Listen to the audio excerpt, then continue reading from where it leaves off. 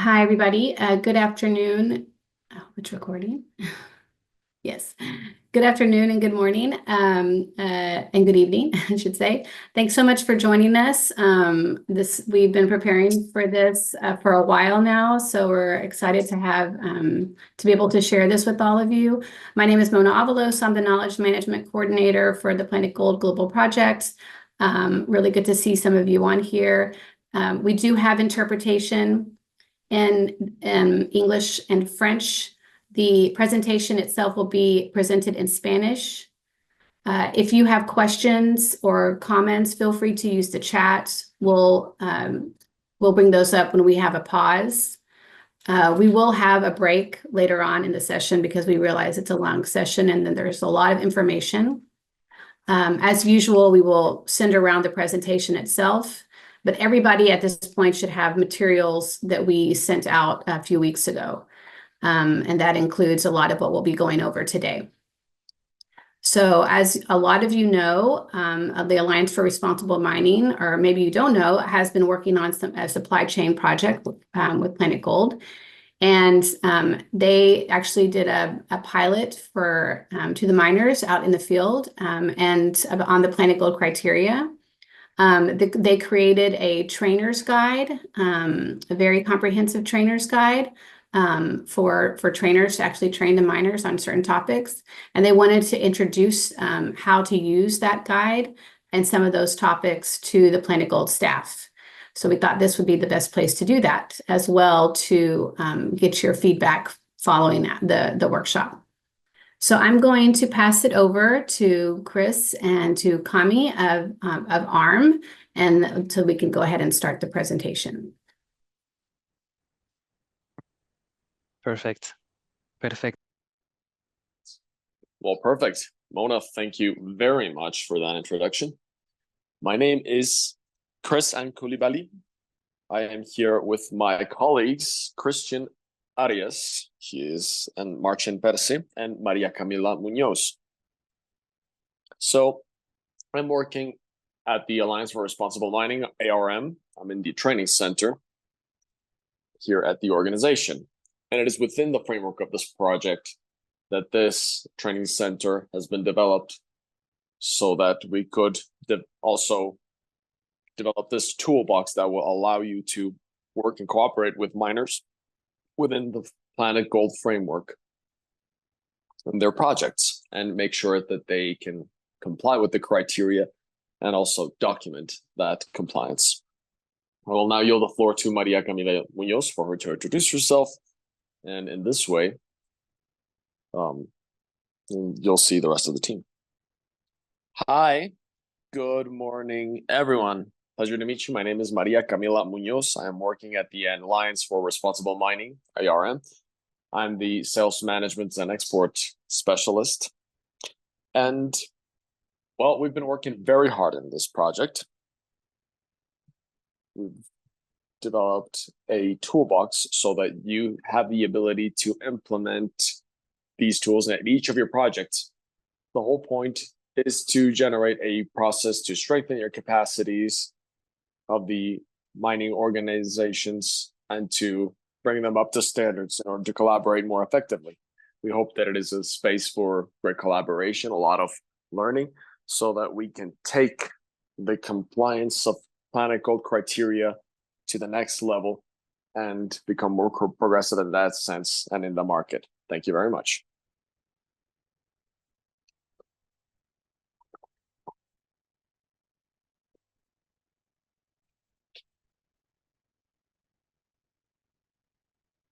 I don't know if everybody heard that, but well, I understand we're short on time. So just to let you know very quickly, this toolbox is very valuable. It's the result of a lot of very hard teamwork, and the work done by each of the specialists, I think, has been wonderful. So before we begin, I just wanted to know what countries are here represented. What countries are here present in this meeting? Just very quickly, please. Just to make sure that everybody's here. Anybody would like to let me know?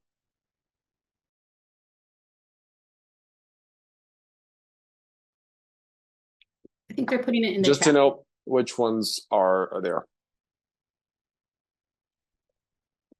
Oh, okay. Well, I see Nicaragua, Philippines, Mongolia, Guinea, Cote d'Ivoire, Ivory Coast. All right, great, great. Excellent. Okay, so let's get right to it. Question to you. You can see the screen, right? Yes. All right, then. Let's start right off then. I'll let you know first what the outline is like. We're going to start with an introduction.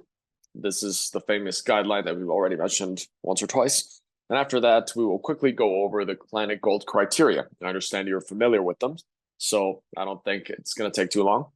Right after that, we'll discuss how we can implement the module to, to deploy these criteria. We'll see how this material has been structured, how it's thought out. And more particularly, today we will focus on 5 main topics related with these planetGOLD criteria. Number 1, legitimacy and internal organization. 2nd, human rights and social well-being. 3, environmental protection. 4, mercury elimination. And 5, well, that will be our open discussion. So Mona mentioned something very important. If at any moment you feel like you're not really understanding something, maybe I've gone too fast, maybe things aren't clear yet, if you need further details, please do not hesitate to raise your hand or just interrupt me to make the space more dynamic and to, well, just to make sure we're all on the same page when we're working. Before we continue, also, I just wanted to quickly mention that this file folder, you should all have it in English, Spanish, and French. So today we will see how this document is laid out, how it's structured. That is the training guide for the planetGOLD criteria. But we will also focus on this particular module where you'll find these presentations. Many of the slides that you're going to see here will refer to these documents that you'll find in this folder. So let's go back to the presentation. So yes, also, if you also want to look into things in further detail, so if you think I'm going too slow on the other side, please don't hesitate to look at these documents and to go into further detail of everything I'm telling you, okay? All right then. Hello. Good morning. Hi, Christian. Hey, my apologies. I'm sorry. I had my audio did not really work when it should have. And so before we begin, I just wanted to take a moment to thank everybody for being here, to thank everybody for taking an interest in this toolbox that we've developed over here at ARM in accordance with our consultant services within RDC. So, Chris, again, I'm sorry for taking your time, but I just want to take a moment very quickly to ask you if maybe we could have this presentation in English to make it a little more, to make it more clear for everybody present. Likewise, all presentations are found in all 3 languages, but we would think that it would be best if we did this in English. That's all I wanted to ask. Thank you.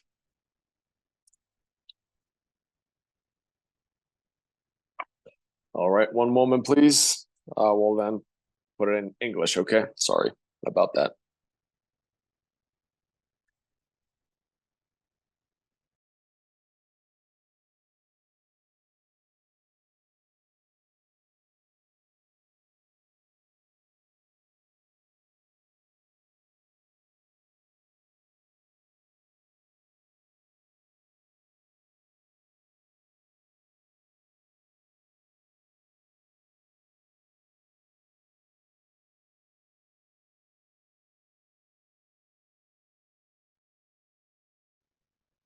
Can you just please confirm that you see the presentation in English?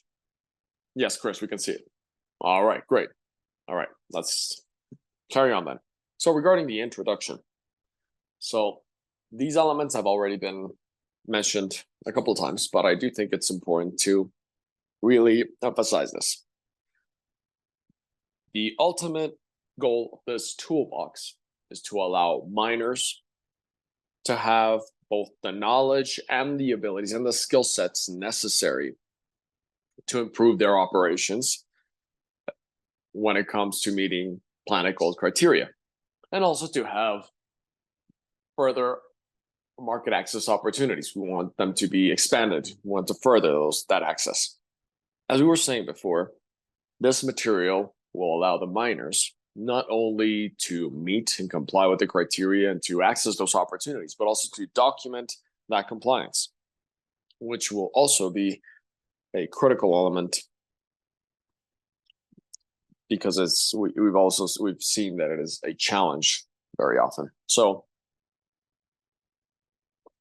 one of the things that we can, all right, I think I'm repeating myself a little bit, but I just wanted to say that, well, one of the things that we've seen, that we've noticed, is that there's a real difficulty for miners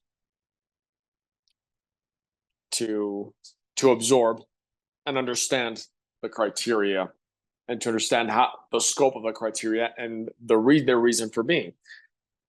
For all those reasons, this is why it's important that all slides are laid out clearly, and that miners have to understand and grasp the concepts correctly.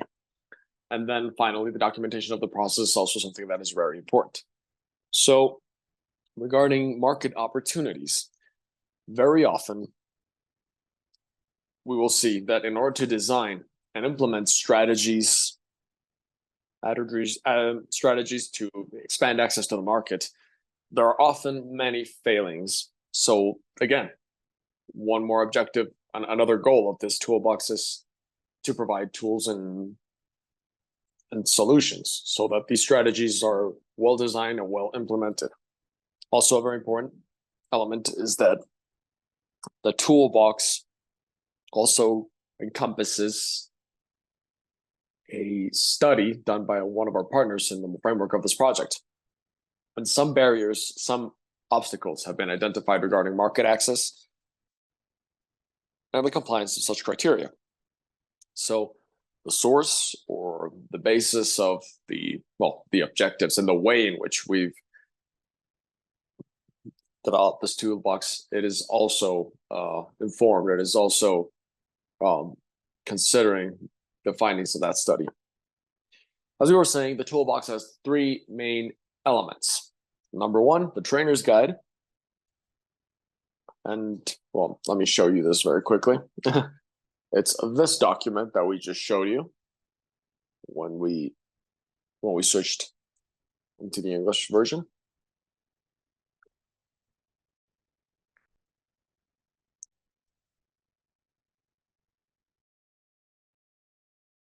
And finally, this will be your scripture when you lay out your training sessions. Here you have all the information that you'll need, all the recommendations in order for you to develop this capacity and to transfer the knowledge of planetGOLD criteria. But also you'll see some recommendations, some tips that will be very helpful to facilitate that process. I see we have a question here. Where is this guide located? Okay, so normally, well, you should have an email from Maria Camila, and that should include all those documents. So yes, you should have all this material present there. The same scripture will also serve as the guide to counsel and to guide your work with the miners. And something that is also essential is that we are proposing, training sessions. We're proposing concepts. We're proposing ideas, but we acknowledge that different countries have different needs. It will always be necessary to land those concepts and adapt them to the context and the situations of any given country. So it's important for you to think of this as a baseline document. You can adjust it, you can tweak it, you can change it however you need. You can make this material much more rich and much more adjustable and precise and relevant to the miners in your country. So it is important for you to look at this baseline tool to have as an opportunity to improve your regular skill set, yes, and to improve the skill sets of those miners in your project. So that's material number one, this scripture-like document, if you would like to call it that.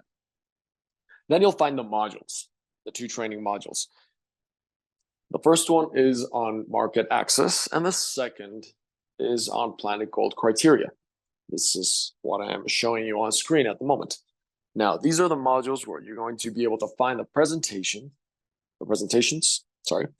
and we can focus on these 5 presentations on the 5 topics that I mentioned: internal organization, implementation of the guideline, human rights and social well-being, elimination of mercury, and environmental protection. Tomorrow, we will look into this model in further detail, the market access model. And we will do that through a tool that we have developed, and we believe that it is very useful to gain access to those opportunities, and that's the Gold Road. So you have those 2 modules, and finally you'll find another document, very important one, and that is the compliance documentation tool for compliance with these criteria. And that would be this document that you'll see on screen in just a couple seconds. This document has several concepts, but it essentially summarizes the planetGOLD criteria with verifiable examples that you will see in the different spreadsheets and this Excel spreadsheets. And also you'll have an indication as to how these verifying methods will allow you to document. And so the same for planetGOLD criteria. So for that reason, I understand you all have access to this folder. Is that correct? And you all understand what this toolbox contains, yes?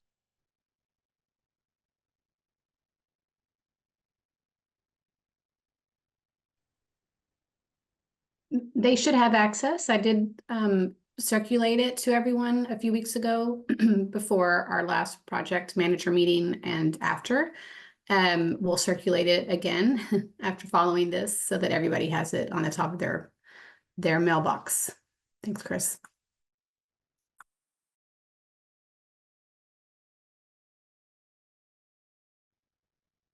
All right then, thank you. So please, the second you have all of that material, the second you have all of that, I think it would be really important to adopt this mindset of, let me start that again. You have to get into a mindset that allows you to develop all this material together with your miners. So we will leave you a couple tips here that we believe will greatly facilitate the development of this material. So when we go out into the field, one of the things that allows us to collect information, allows us to understand the context of the work of miners, is to have informal discussions with your miners. This is, say for example, when I hold discussions with my colleagues, I see that 40 to 60% of the information obtained, of the most valuable information, actually comes from such informal discussions. So it's very important to start generating that kind of discussions and to hold them in contexts where they feel that you're not just trying to audit them, if you will, right? It has to go beyond that. That's very important. And beyond that, these informal discussions also allows us to reach a better levels of trust between us and the miners. That's also extremely valuable. And so, yes, there's a framework that we can authorize that allows us to know how much miners still need to work on this compliance and how to document it. And that would be the due diligence framework. This is the framework proposed by these organizations for cooperation and economic development, the OCDE. They have a framework to complete their due diligence activities. And if we keep that in mind at all times, it will go to a great length. It will be very valuable for us to make progress in our relationship with them. So this framework, do you know this framework? Are you familiar?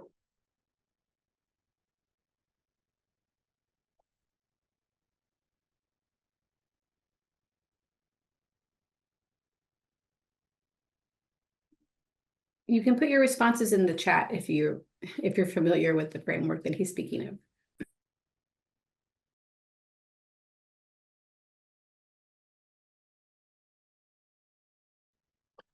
Yes, and if you don't, that's all right. I'm just going to explain that a little bit. I'm going to pick 6 people at random as I see them on the screen. And I will assign a word for them to know the importance of having this mindset. So, Makunze, you can hear us, yes?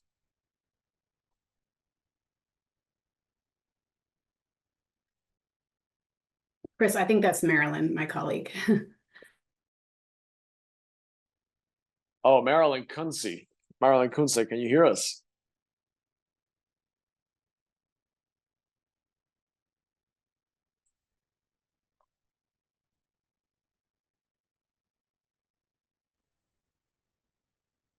If you can't hear us, that's fine. I'm just going to pick somebody else. I see Mauro Calero.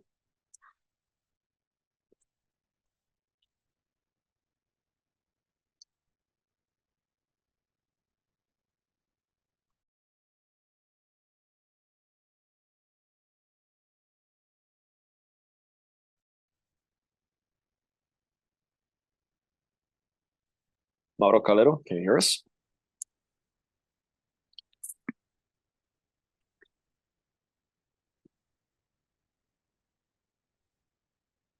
Maybe you want to, Chris, repeat the question or perhaps put it in the chat and people can respond when they're ready. Okay. I see that somebody answered here. Okay, Olmedo. Let's then start with you, okay?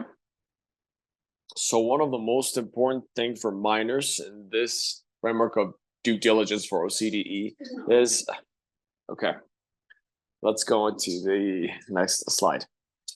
One of the most important things is to identify risks.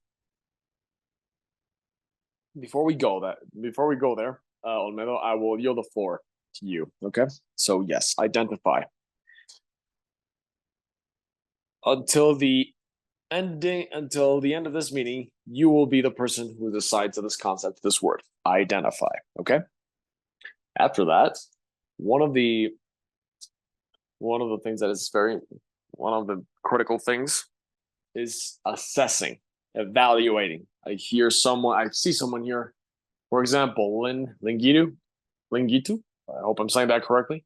Can you hear us?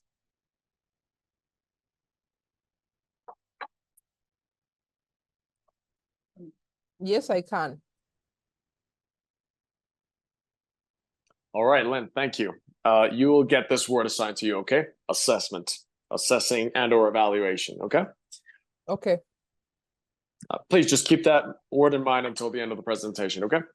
All right. And who follows then? Masusila?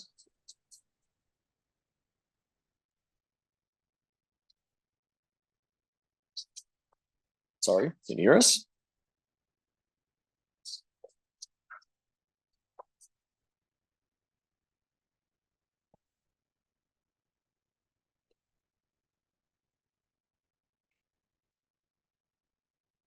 So I insist here on taking some time to do this because you'll see it's going to be extremely useful when you do this work with minors. This is why I'm taking this space to do that. You know, I know I'm running at the clock out, but I promise it's worth it.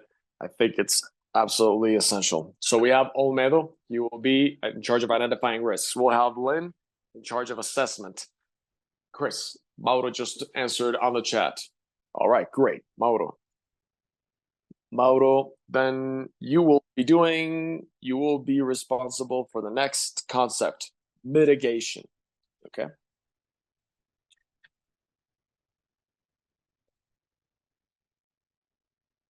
Mr. Arthur Comé, I think you're there too. Can you hear us?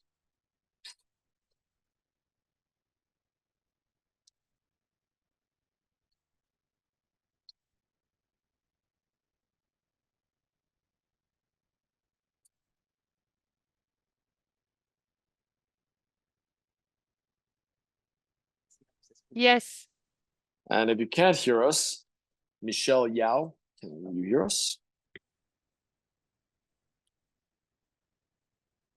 Arthur just replied. Yes, he did. He can hear us. Okay, great. And Arthur, you will be in charge of the word monitoring. Okay. And after that, Michelle, yeah, you can hear us?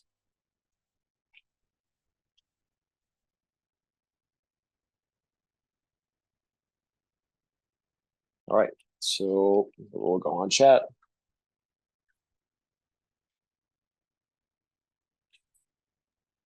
Chris, maybe try Anna. Or Eddie. All right, Anna. Yes, I can hear you. All right, great, Anna. So you will be responsible for the word reporting, okay?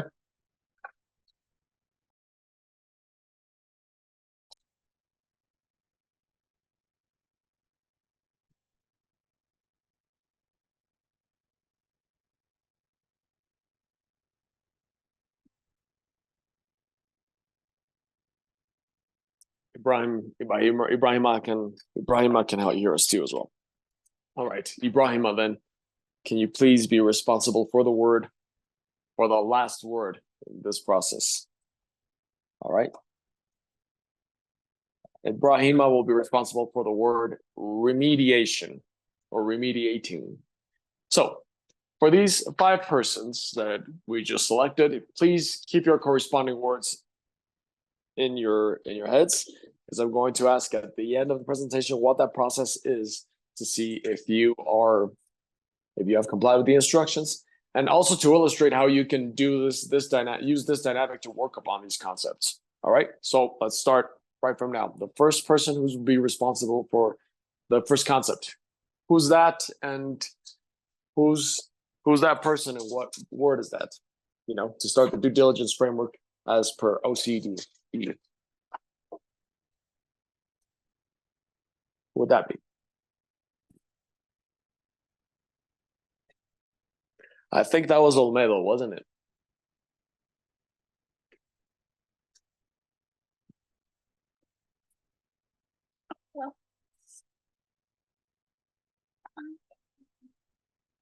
All right. I will also be looking at the chat for that, because it seems I missed a couple of you.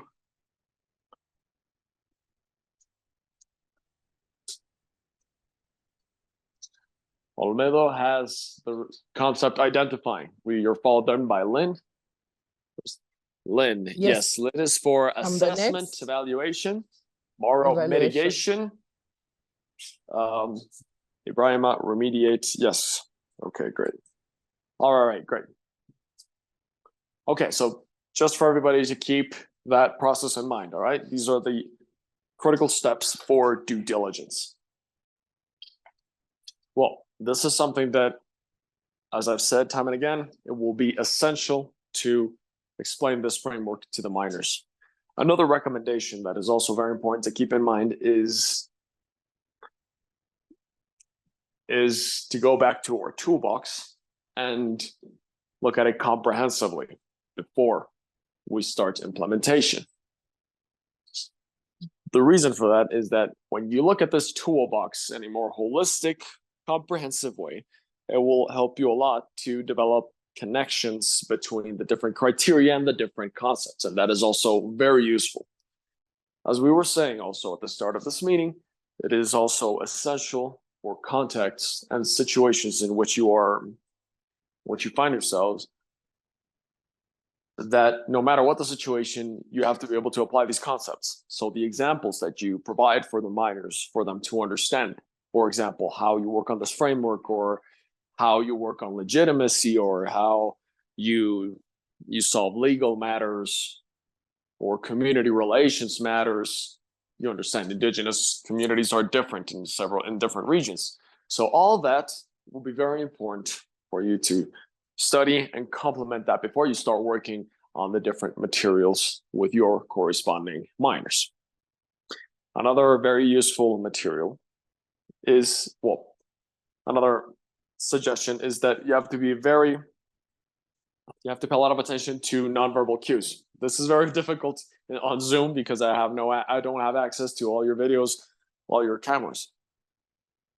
And there are many things that I can't really say. I can't really know if everybody's following what I'm saying, but that's part of the job.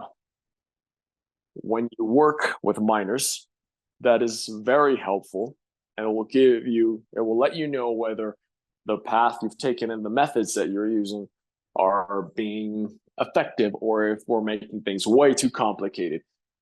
You will know if you're actually explaining well or if you're just confusing them.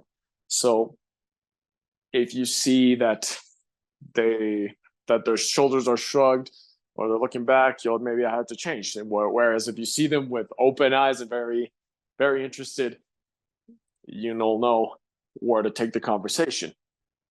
And so the material as such also has to be adjusted after that. So I thought that was important to mention. And finally, it's very important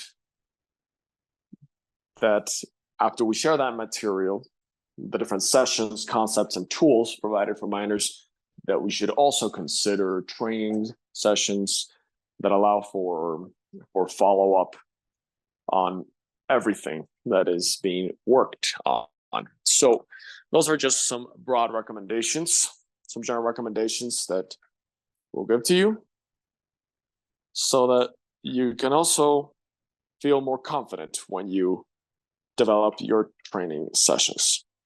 So again, we go again upon this framework. We've mentioned it a couple times already. So again, identify, assess, mitigation actions when you do monitoring, communicate, and finally, some remediation measures when the risks manifest themselves. And then we have another concept: solid management systems. So this is a process that you need to keep in mind at all times when you're holding informal discussions with your minors, when you're looking for verbal and nonverbal communication, because you'll see that reflected at all times.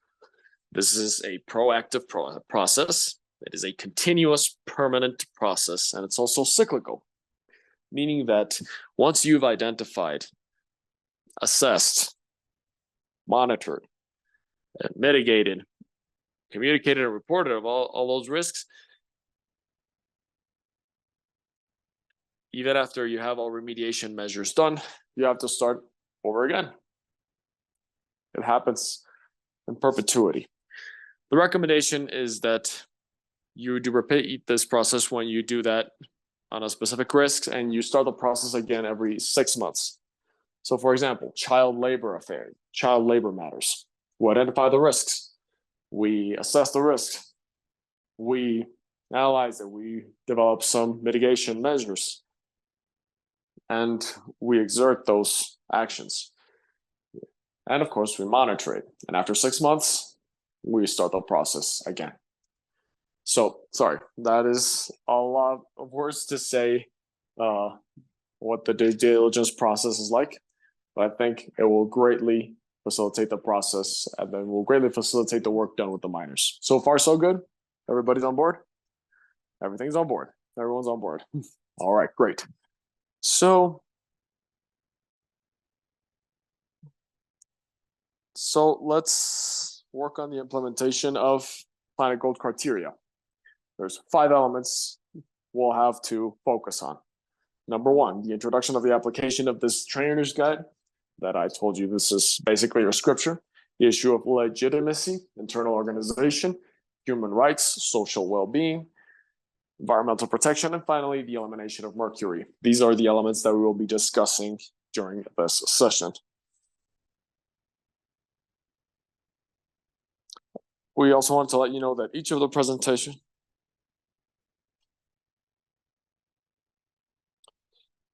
and also these documents exerts the importance of these criteria for small scale mining and their rationale, as well as the process to document compliance correctly. And finally, some resources for mining entities or mining organizations with the purpose of facilitating all of the processes above. So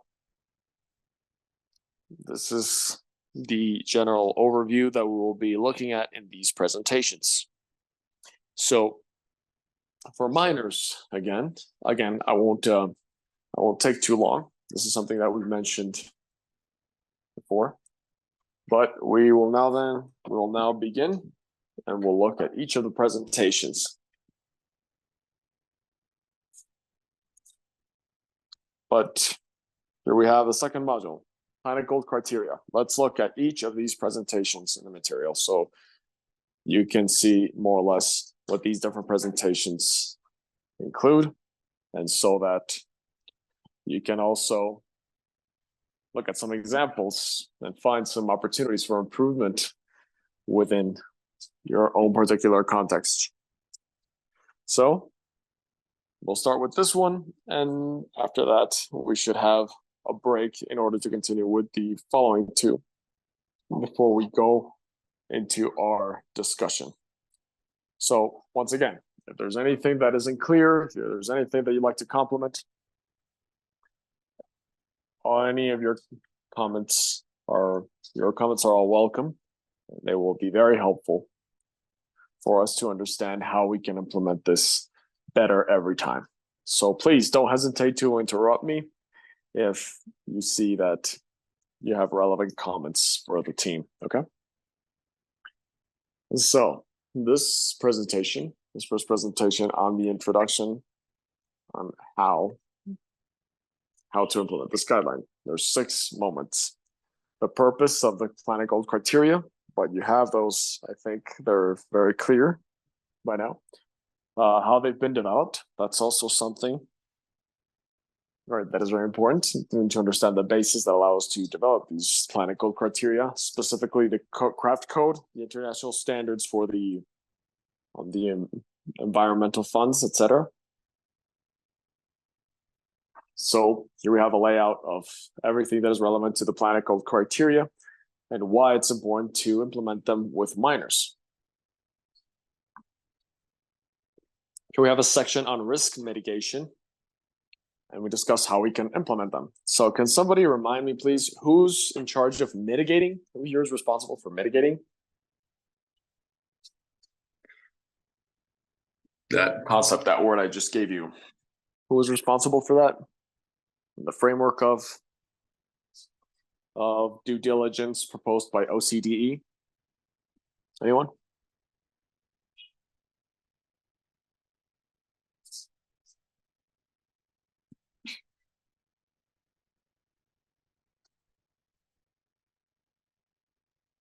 It's Mauro. Mauro. All right.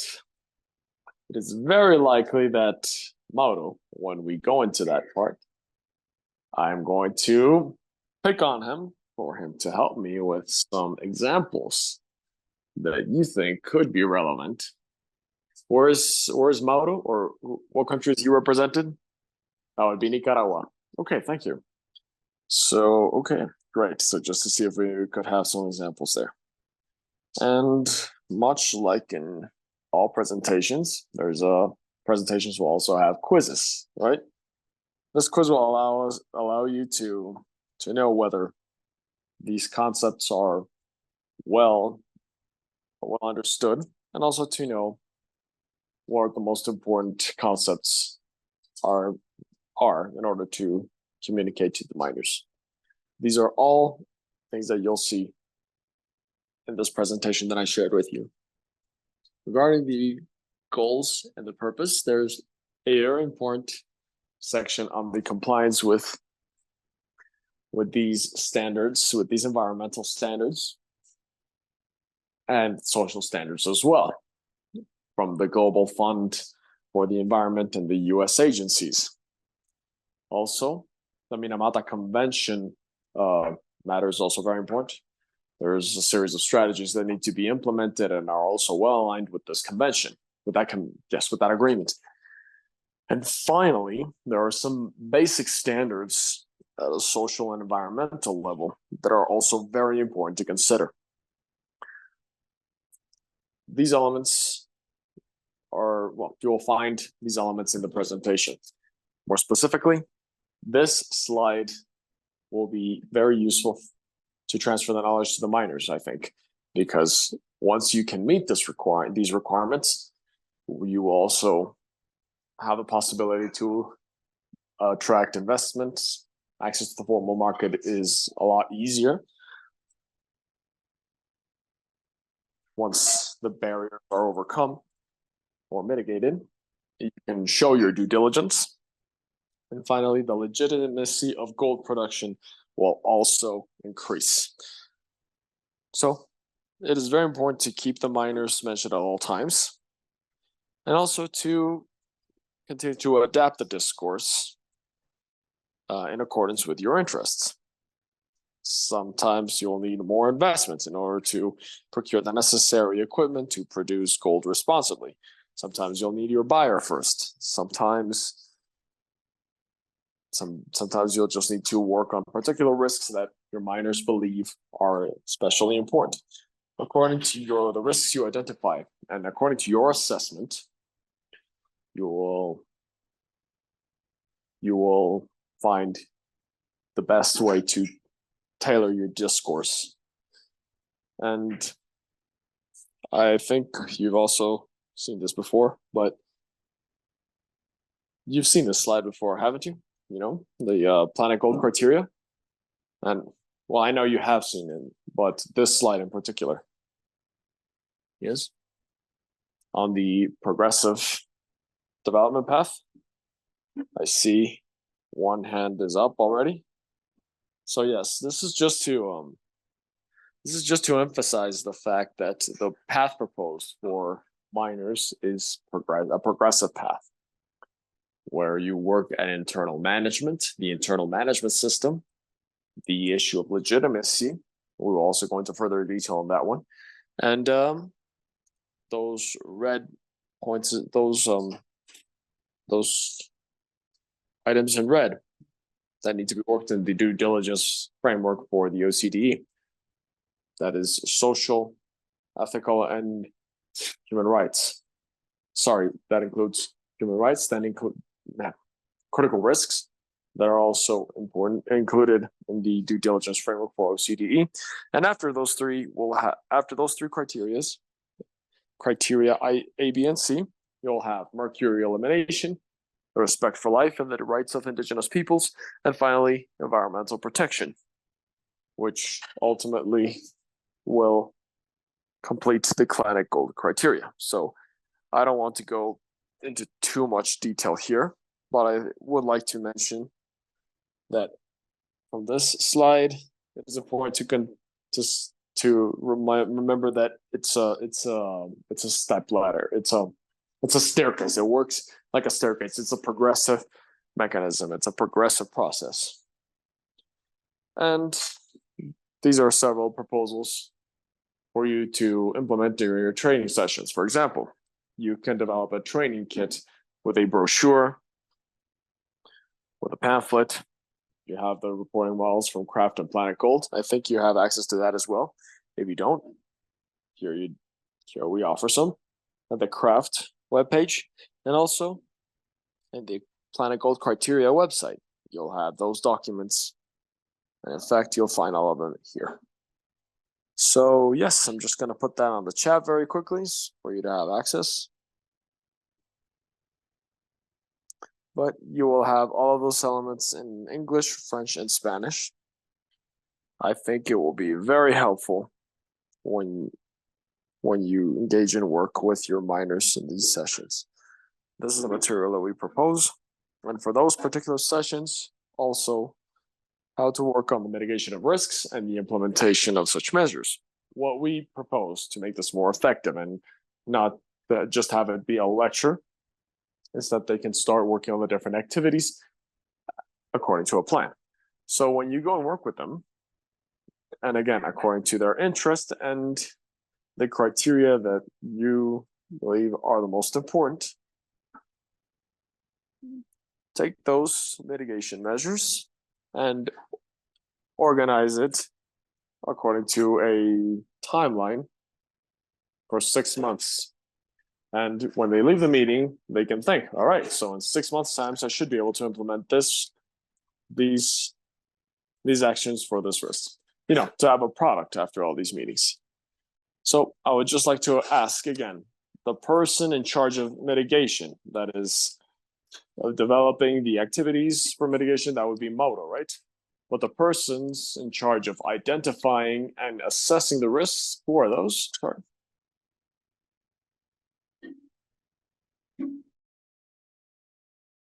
Hey, this would be Olmedo. We are here in identification. Thank you. Identification, great. And we have Lynn also in charge of assessment, if I'm not mistaken. So yes, when you go and speak on these risks, there are some risks that will be mentioned, and discussing those risks with your minors, you will be able to assess and identify the risks, identify the most relevant risks for your minors following this progressive scale. So in accordance with that, you can then use this model for mitigation plans and develop and implement activities in order to effectively mitigate the risks that have been identified and assessed. So a recommendation is also that you use material that is visually adapted to your country. So yes, you understand, words speak, one picture speaks is worth 1,000 words, right? So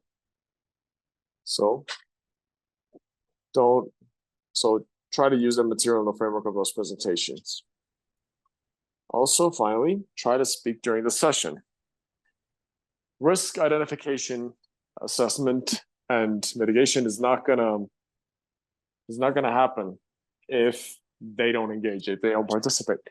So make sure they have all the tools necessary available to them. So Olmedo, in your country, for example, what risks have you identified as the most important risks for minors? I think, well, in Nicaragua, for example, there is a bit of a gold rush of gold fever. So there has been a lot of internal immigration, and they have saturated the places where artisanal mining has typically ensued, and that can generate a lot of conflict. It could generate security risks. Aside from some that I've also mentioned. Yeah. Okay, great. Thank you very much, Olmedo, for that. In the case of Lynn, for example, when we discuss those risks, we discuss the most important risks in your country, and also after hearing what Olmedo just said, are there any strategies that you use to assess that kind of risks? Any tools that you use to know what risks you could prioritize and work upon? We tend to use there was a risk assessment tool that is that was provided for us during the CEO endorsement document preparation. And so we try to use the parameters that are available in that tool in order to be able to prioritize which risk is more is higher than the other. Yeah. Thank you, Len, very much for that reply. Yes. So yes, that's true. We understand that we have a series of tools, and one of the things that is involved in evaluation, it could be very interesting if we implement further, is to use those tools and combine them with the knowledge of the miners. Yes. If the mining team were to tell us that, okay, so here it is very important for us to mitigate certain security risks. All right, then we combine those risk assessment tools with what they tell us so that their interests are also addressed, so that they feel that they have a voice and that they have a participation that will also make a lot of progress. I see we have Maggie with an open microphone. Is that to add something?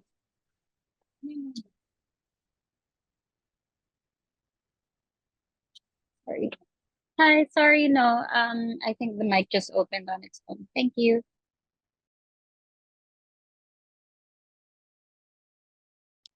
All right, not an issue. So, Mauro. Oh, Mauro. One of the mitigation measures that has been implemented, I think he told me you were in Nicaragua as well. So tell me about a measure that you think has been very effective in your work with miners. Yes, absolutely. So a way in which we mitigate the risk for safety and accidents, well, in our country, like Omela just said, we have a lot of new miners, but these new miners have no knowledge as to how we should work in artisanal mining or small scale mining. And so that makes it so that there's plenty of accidents. There's a lack of knowledge on behalf of these new miners. So a way to mitigate that is to make training available for these new miners and to prevent these losses, sometimes in the form of human life, or if not, in serious injuries, bone fractures, and the like. So when I think of mitigation, I'm thinking we want to reduce the incidence of these events through training, and that's part of the process. Perfect. Yes, these are some typical measures that we propose for miners, because when we have accidents, especially repeated accidents, that typically happens because there's a lack of knowledge of the measures that should be implemented. All right, so we have there three examples there, how we can evaluate, assess the risks. This is for you to keep in mind, to keep the framework in mind and think how we can address such issues. All right. And this is exactly what I'm trying to show you, sorry. Yet again, we see the framework once again. And finally, we have the reporting phase. So I would just like to ask you, who's the person in charge of reporting? That would be me, Anna. Great, Anna, thank you. Quick question. Have you done any reporting on the planetGOLD criteria compliance process in your country? Well, in Nicaragua, we are only starting. So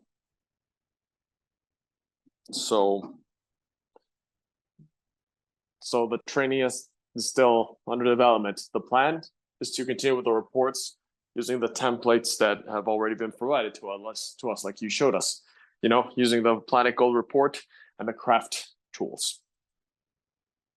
All right, then. Something that is also very important. Miners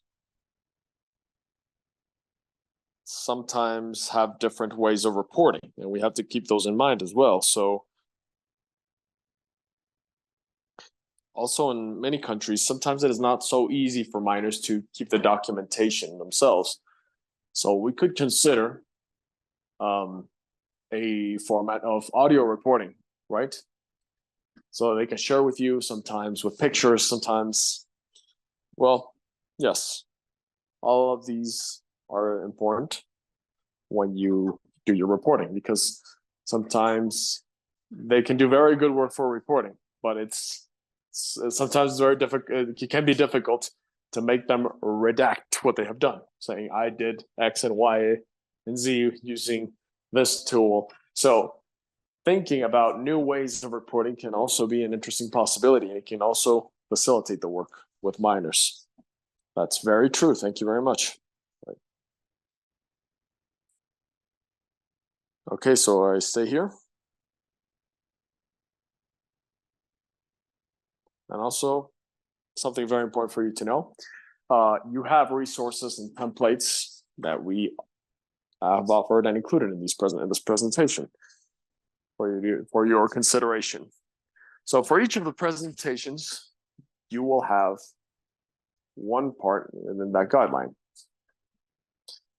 So this first one will have a table, a framework discussing the duration of the session, the content, how it may be approached, and here we also see the color key, the color codes, the space layout.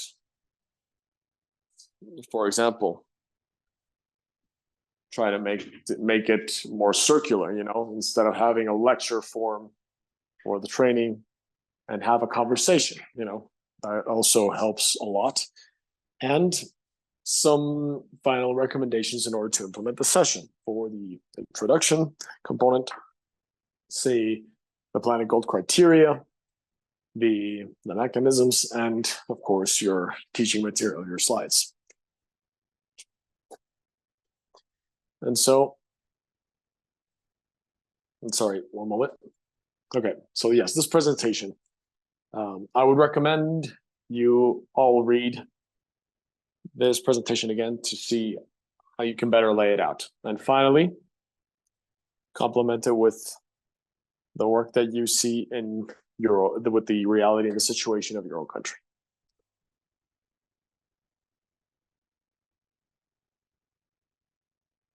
Yes. So far, so good. Is everything understood? Do we have any comments?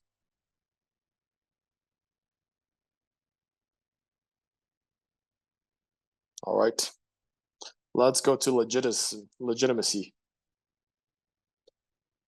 And after that, we will have a break.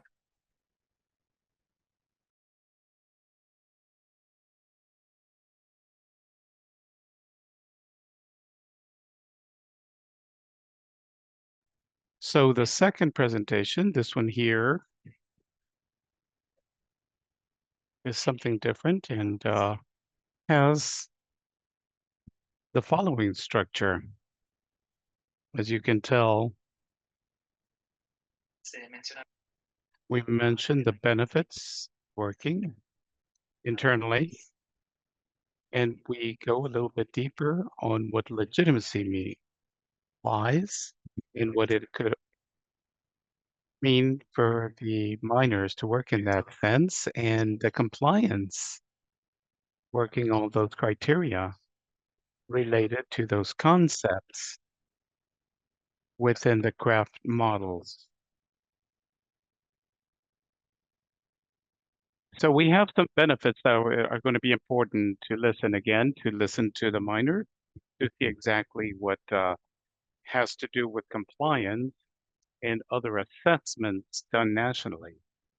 Perhaps what is most important for them is to sort of have a recognition with the stakeholders locally, the community they're working with, and perhaps it's more important for them to have a perception that is improved upon by the workers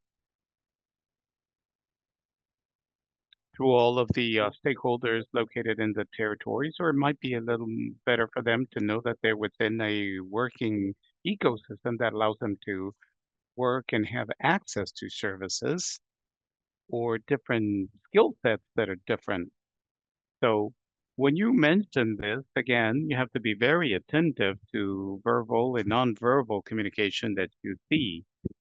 And concerning about what are the various different types of information you've seen that will allow you to ascertain where to better focus your discourse. Over here, for example, you can see that there are many things that could be important for them concerning compliance and recognition locally, because they could work on this issue of legitimacy and internal knowledge.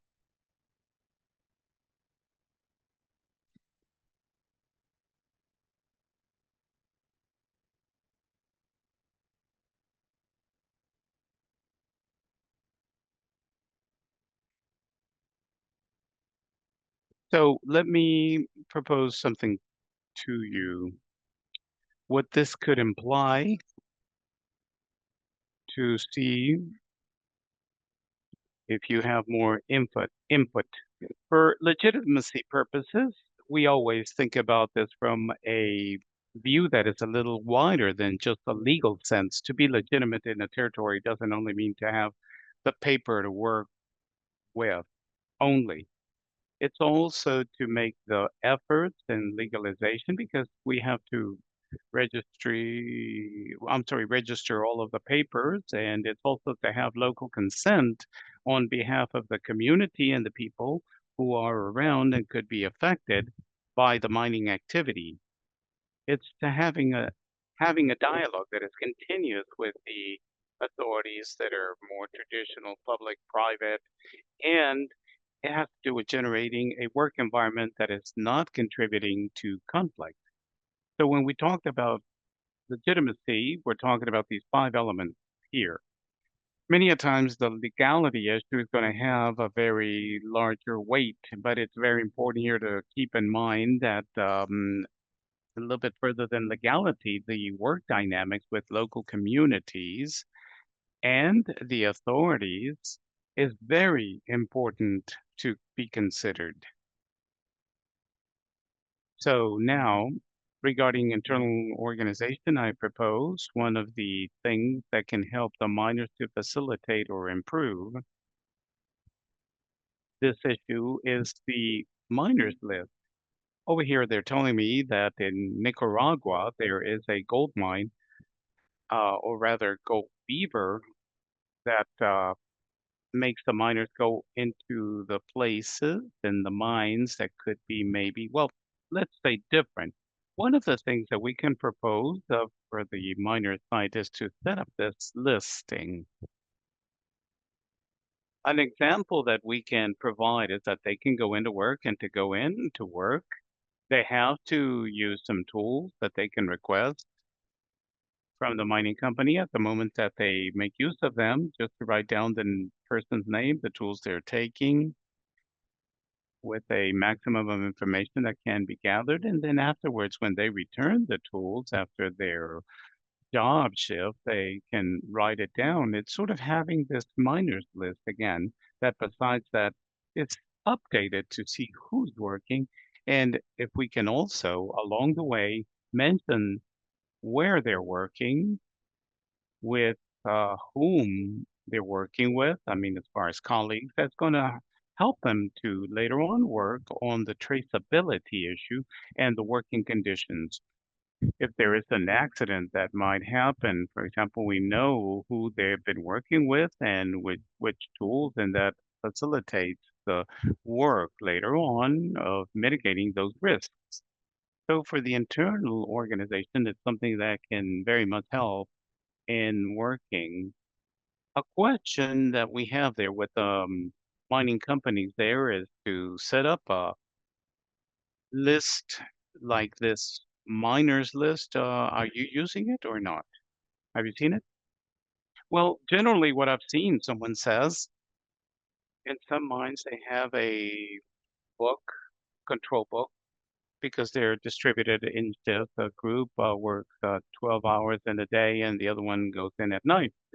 So in a notepad, they write it down, but I'm sure we can improve the system and provide further detail. So in case we have an event, an accident, we can quickly identify this event and to determine who have been affected. In other places that I have visited in Nicaragua, they don't carry this control. It's not an adequate control by the people who are going in on a daily basis and are being reported. Yes, Chris says, what you're saying, I think that's wonderful because I was saying that those notepads can be improved upon, and I think this is something that's very important to keep in mind. The idea is not to get to the miners and just say, listen, here's the format, you can use it, and I'm out of here. No, but try to take the things that they're already using rather, and to improve them. We're thinking about something that is more progressive in that sense. To arrive with a miners list with a format as we're proposing here can generate a little bit of, well, friction, if you will, that are not going to have the expected effectiveness, but it certainly facilitates the way with which they're registering the various processes, and then it's going to be easier to adopt these changes. So I recommend here to see this, and hence the informal talks with the miners and that due diligence work in identifying how this is working internally, I think is essential because then you will realize that there are mechanisms that already exist that could allow them to generate progressive changes to arrive at something that are more convenient to what we're after. So it's better to take things that already exist and to progressively advance toward the compliance of these standards. We provide these examples here, but there are many others as well that have to do with internal organizations that can be implemented. Thank you very much for that input, Mauro. As well, regarding the objectives, the learning objectives for minors, the idea is that we understand the legitimacy. Again, legitimacy. Let's see who I can see here. The ones from Nicaragua, I see they're very dynamic. Let's see if everybody else is also very dynamic today. Let's see.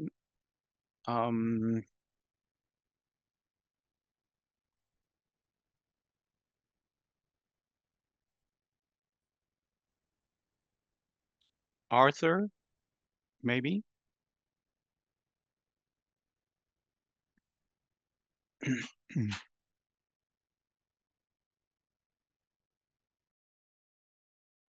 Or maybe Hizgi or Saidu? Are you listening to us?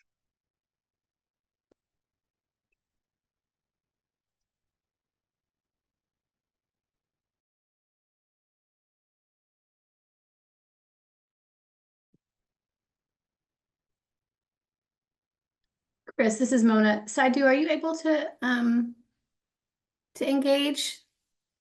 It'd be interesting to hear your thoughts on this since you're wrapping. Yeah.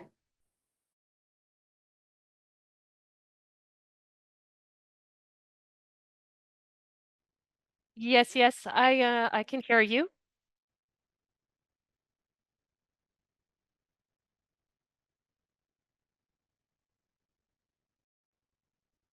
Saidu, yes, we can hear you fine, Yes, we can hear you. says Chris. Mm. Saidu, I have a question on legitimacy issues.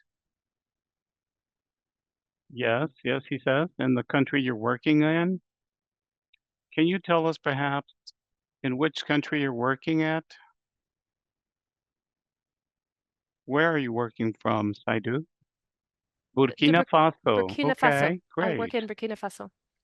And in Burkina Faso, for example, the issue of legitimacy, how have you addressed it?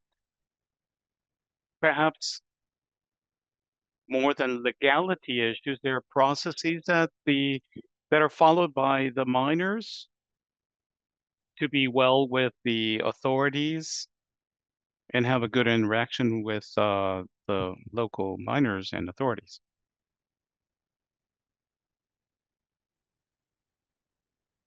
Yes.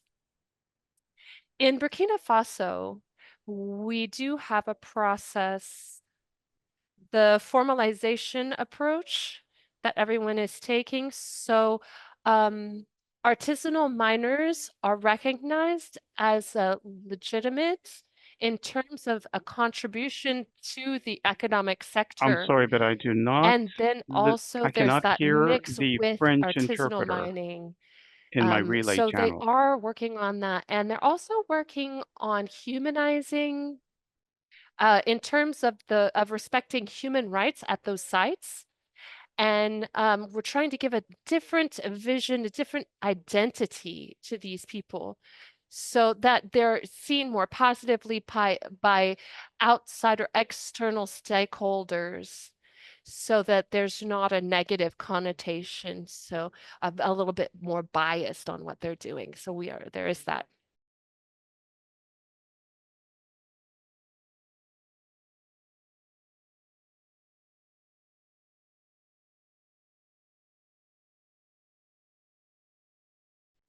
This is a very important issue with regard to the community. So this question is really very important. Now, regarding the question, for example, if I want to know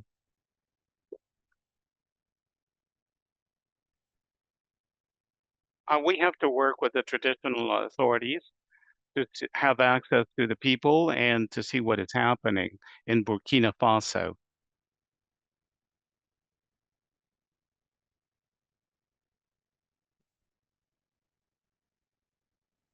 Yes, yes. I also need to say that the fact that most of the artisanal miners are identified, have documents, that aids in their legitimacy.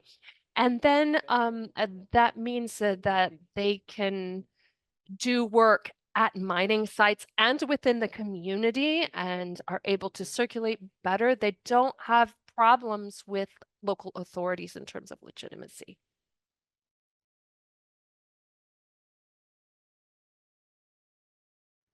Yes, I can see that helps, there is a continuous dialogue that facilitates that work.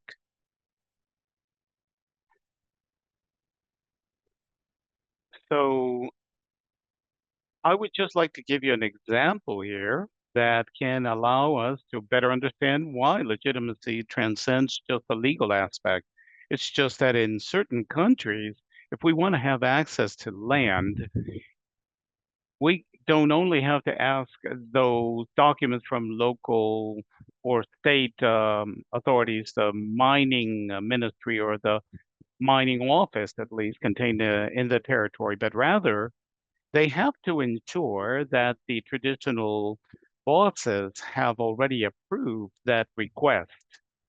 So that work, not only at the legal aspect, but also traditional legality, if you will, is very important to keep in mind as well.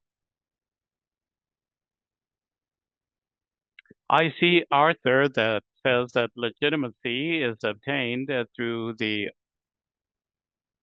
mining authorities, but also through local actors. Yes, that's absolutely true. So legitimacy is not only legality, and that's very important for you to transfer to the miners because more than just having the paperwork, there is a legitimacy type of work to be done with the documents that is, of course, essential.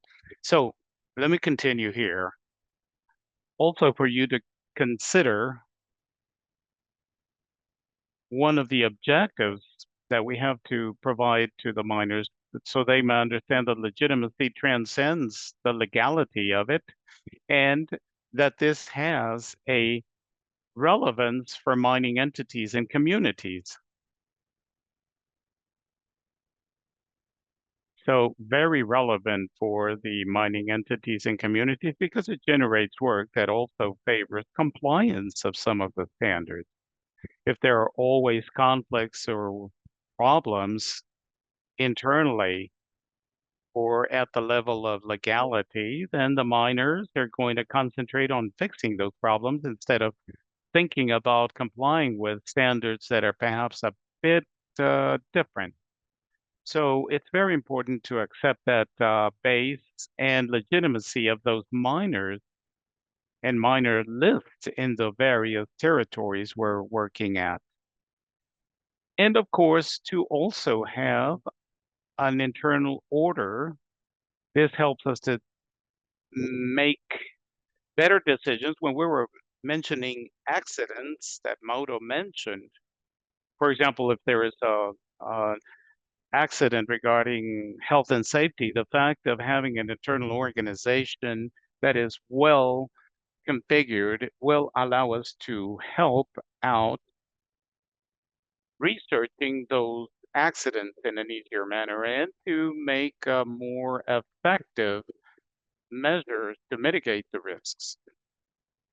And a last element that's very important is how do I document this? We have the legitimacy issue that is a little more complex because when we work with the traditional authorities in certain contexts,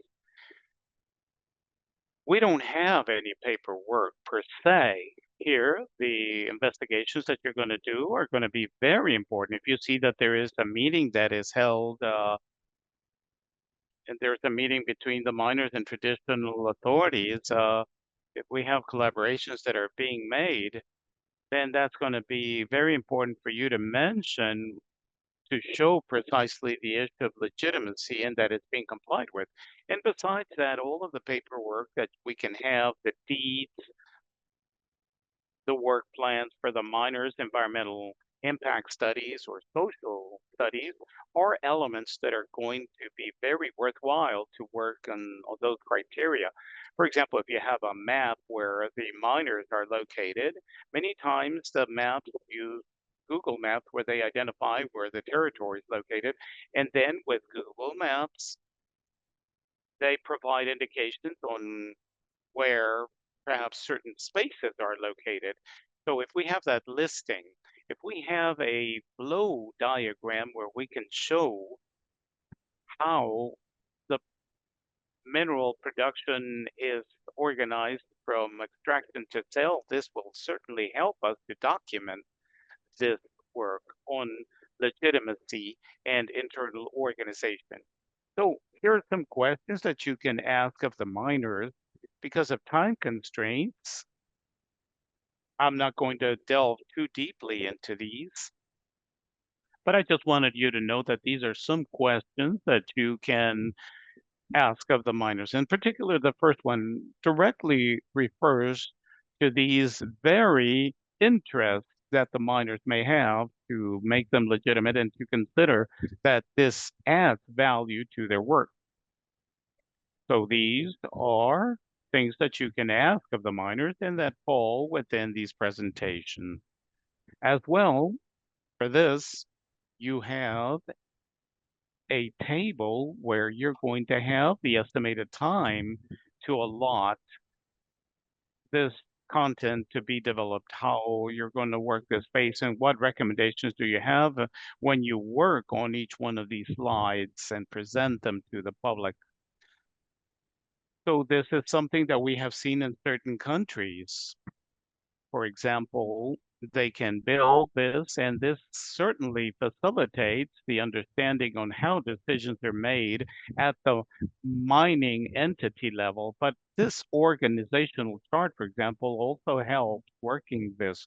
This is a concrete example that you can work with the miners to ascertain how decisions are taken within the mining sector and who's in charge of what. We have this here that is a little further developed, but many times it can vary, although the mining entities you work with certainly should have a formalization level that should be developed. So this is something that you can see. If these are cooperatives, you can see what is the organization that we're working with in the statutes. For example, We can see who are responsible for this and that and the various parts of the mining organization. These are things that you can work together with them in that same space where you're going to also address legitimacy. So you have seen this within the mines that you work with. Is that a question actually for you? Just to know whether it would be crazy to do this or not. Somebody can help me, perhaps? Well, in Nicaragua, yes, we have some initiatives around this. The mining board is seeking to provide IDs to the small miners so they may have an ID to support them and to provide them certain legality to the work they do. This is also done for training sessions as well. So they have begun an ID card processing so that they are performing an economic activity that is helping in the country's development. So on that side, I have been able to ascertain this ID carding of the small miners done. And the majority of the miners are gathered around co-ops or organizations, or they're mostly freelancers. Well, major standing, I would say, is cooperatives. But there are certainly small individual organizations, sometimes comprised of 4 or 5 people. But in the majorities, these are made up of cooperatives that are being formed because we do have support from them. And this is an important point that they are providing to open up new cooperatives so that we can put all of the miners within these cooperatives and have a better organization for the future. Thank you. Perfect. That, for example, is a very important basis because they are then certainly organized within the cooperative. So they do have certain organizations that have been established beforehand. And once again, this is something that you can base your work on to be able to implement how the various decisions are made. So, for example, within the General Assembly that is normally held every year, we have certain numbers of miners or mining representatives. You can mention this, and within these mines, how things are being organized. And perhaps there might be a director or boss, and then somebody who might be in charge of the extraction of the ore or organized sometimes within the fronts that they're working at. Well, at any rate, all of these issues are very important to keep in mind. But it's also essential to consider what does exist, and beside what exists is to develop mechanisms that allow complying with these standards. Now, on this, these are some recommendations so that you may keep in mind and work it together with them. The most important thing is to ask them, but I believe that I've already mentioned it at nauseam. It'll come out from the miners, and it is from there where we have to actually begin. And also ask about certain conflicts or disagreements that are happened within the activities regarding the mining activity in particular. So these are issues that you can ask about. Legitimacy issue, I think we've mentioned internal structure as well. I have touched upon, but over here regarding the location that they may attempt, for example, you will also see this tomorrow regarding the gold route, but also to have the possibility of building their own diagrams, their own images of their own minds. Because the manner with which they are thinking about these will allow them as well to help to improve or to see those things that are more important to them at the moment of making their activity more patent. So Hence, they can use certain tools to describe what they're doing, and this is very interesting. The results, the deliverables will be very interesting. I think that tomorrow we will have a few more inputs on this. And sure, there is that other subject I haven't touched upon, but I think it's nevertheless very important. That many a times we have these mechanisms that are not formalized all the time, but nevertheless exist at the level of the community or within the mining places, within the mining companies to report on some of the problems that they face. So once again, by asking, this can help us to better understand if these mechanisms exist under certain contexts. These are platforms or spaces that are directly provided by the state. I don't know, maybe through committees that are done interinstitutionally, whereby the miners participate, and now more internally, sometimes there is a co-op, a finance department to see what they like and what they don't like, and to make comments on maybe perhaps in a mining company, in a mining space, there was a miner that wrote that speaking about the food, for example, that they didn't like.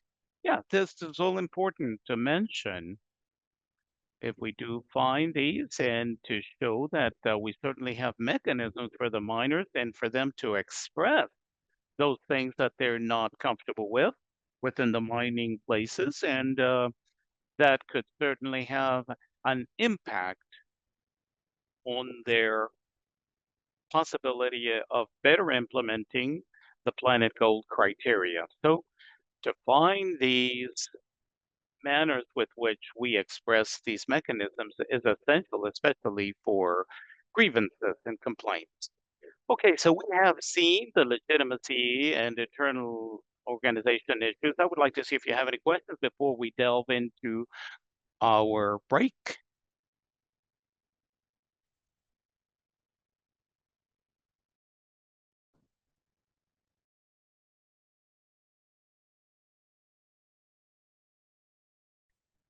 No question, apparently. Okay, we're all quiet for the moment.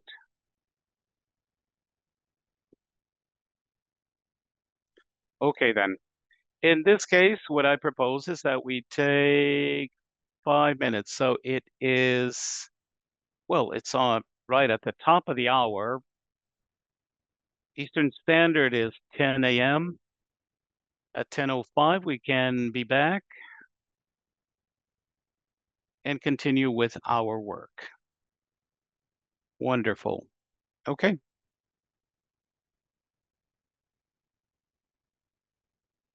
So see everybody in 5. Okay. Go ahead. Okay, so we're back.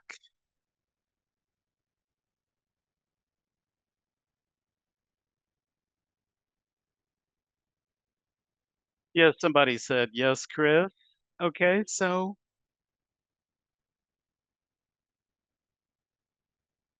just let me know if everybody can hear me okay? Very well. Yes. Maybe through the chat? Okay, great.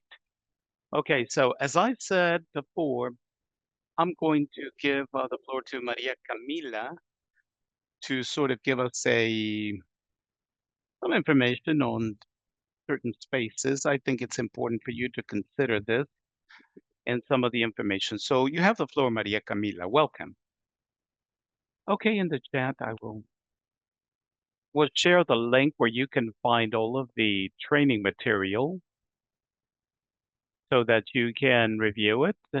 This material is for you, and you can download your copies to implement them in your projects and to make the necessary changes and necessary adaptations. So it's a material that has been made for you so that you can facilitate your work processes in the projects in each one of your countries where you participate today.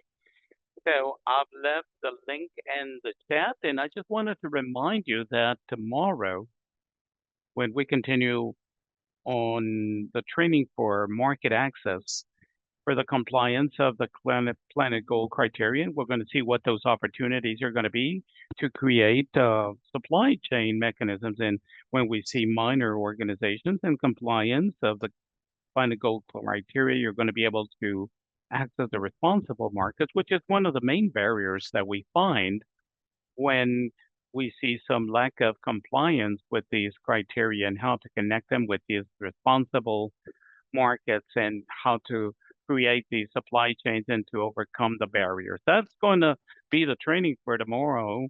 So I just wanted you to be very attentive to this and continue with Chris's presentation now. Thank you.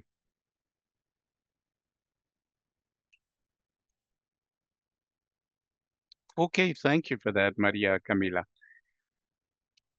One of the things that I would like to add then is that many a times the miners are going to tell us that they do implement those criteria. And if they do that, then of course they have to have retribution for that, or remuneration, if you will.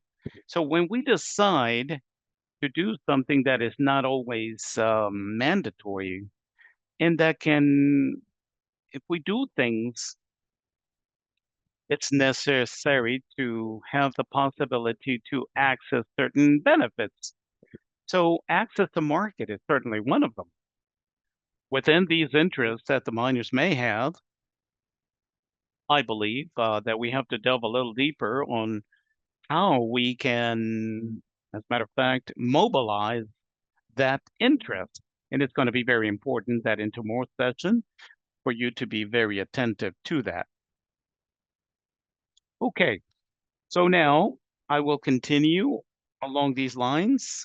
As I mentioned, we have addressed this portion, this introduction on how we can implement the guide on those various topics. We've seen the issue of legitimacy and internal organization. Now we're going to concentrate on human rights and social well-being. So let me go back here. This presentation then that I showed you has this structure. And so what are the benefits in working on human rights and challenges at the social level for mining entities, and how can we understand the human rights issue? Because it's a concept that perhaps here we are a little clear on because of certain information we have, but it's important to land these concepts. Socially, especially, we have to provide examples even with the experience that we have with mining organizations. It's good to talk about social well-being or human rights. It's not going to have a lot of relevance for the miners unless we land these topics through some examples that are key, which are the ones that, of course, the miners can comprehend. As well, we have to document the compliance of those criteria related with human rights and then in particular, the issue of diversifying the ways of documenting these images, audios, WhatsApp messages even, these can certainly help. Here, from the benefit side that we're intent on, the promotion and strengthening or capacity building to work on those issues having to do with human rights. Many of the miners, when they work and wherever they're working in a very healthy environment, many times they don't consider the fact that that clean and healthy environment allows them to work in much better way. And hence the importance of that healthy working for the implementations of all of the work that they perform. So therefore, we have to make this aware. It's very important for the miners. So at the level of the territory, there is a recognition that is very clear on behalf of the authorities. Just the mere fact that an authority stops and stigmatizing the miners because they know that in that particular territory, that mining entity is not contributing towards conflicts, and they're communicating what is happening with other local authorities that are public or private, and that besides that, there are no hindrances regarding problems and legitimacy, and that helps the miners to have that recognition. And at the same time, when they have that knowledge, it's a lot easier later on down the line to attract investment on behalf of other stakeholders. In particular, the human rights issues and social well-being are the ones that are, how should I say it? Well, the most important one for the due diligence of the ECD. This is the cornerstone, if you will. It's one of the bases that's been created by the Kraft method that has allowed in turn to create the planetGOLD criterion. So those topics in particular are very important. There's a lot of child and forced labor and gender-based violence, safety issues. There are many elements throughout that we must work on. Social conditions as well, and working conditions for the miners. These are topics that will be mentioned along the way. One of the works that we've done with the miners, and this is something that we don't consider all the time, but it's very important. A miner that knows and that are very much willing to take the risk to perform an activity, but the less risk that they take, knowing that the conditions are going to be better, well, that facilitates the miners in attracting them, and that's a very important topic. I remember, as a matter of fact, once during a particular discussion, some colleagues would tell us that to work on safety issues at work many a times is not, shall we say, sexy for the authorities nationally. And I remember that the answer that another colleague told us was very interesting. Said that the fact that people don't die at work, I think that is a sexy thing. Yeah. So it is very important that these conditions, these social conditions and working conditions are, the people can certainly see them as quote unquote sexy. So in particular, as I mentioned, when we're talking about guarantees, this certainly has to do with human rights. And we have these rights, right to life, right to work, dignified work for the people that are going to be working within these areas. We have respect and recognition for the livelihood and the rights of indigenous people. Talked in this indigenous communities and safety and security in the territory and conditions of life that they're going to have within their territory, and all of the work that's done on water management could have this impact on how the communities that are around there handle these. This is no secret for you, I'm sure. And so all these conditions of life that are dictated by the mining life, we certainly address them here because we consider that right to life of people that are affected by mining activities is paramount and certainly a human right. So there is a particular type of work that is done, populations that could be perhaps in a vulnerability conditions, especially women and children. And so gender focus that for us is extremely important. Well, I think that for all of the people that also speak other languages, maybe you haven't noticed it too much, then we attempt from ARM to create that effort that whenever we speak, we want to make it a very inclusive type of speech. So we always say, well, in Spanish and English, it's the genders, los y las, but in our imaginarium, we see this in a different manner. So it's important to take this focus that could start with our language, our speech, but if we do this through concrete actions at the mining sites, it's going to be, well, much better. So within these various topics is what I was mentioning. You're going to find child labor, relations with indigenous communities, forced labor, security issues if there are armed forces within their territory. These are issues that we can work on, and this is what will comprise the human rights component and social well-being. A question, within those things that are most important in other countries, I have seen, let's see here, people, Michelle Yao is with us, or perhaps I have seen Lynn, human rights issues or social well-being, which I think are the ones that have more aptly identified or being assessed within as being the most important ones. Michelle Yao? Okay, so let's see. What are the human rights issues and social well-beings that are most important within your country or within your work? And what is the country you work in, please?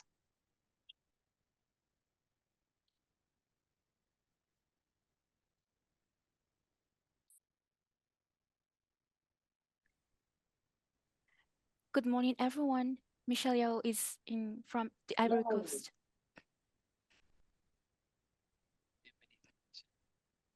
So it's Ivory Coast, Côte d'Ivoire. Okay, so in human rights and social well-being that have been identified within Côte d'Ivoire, what are the most important?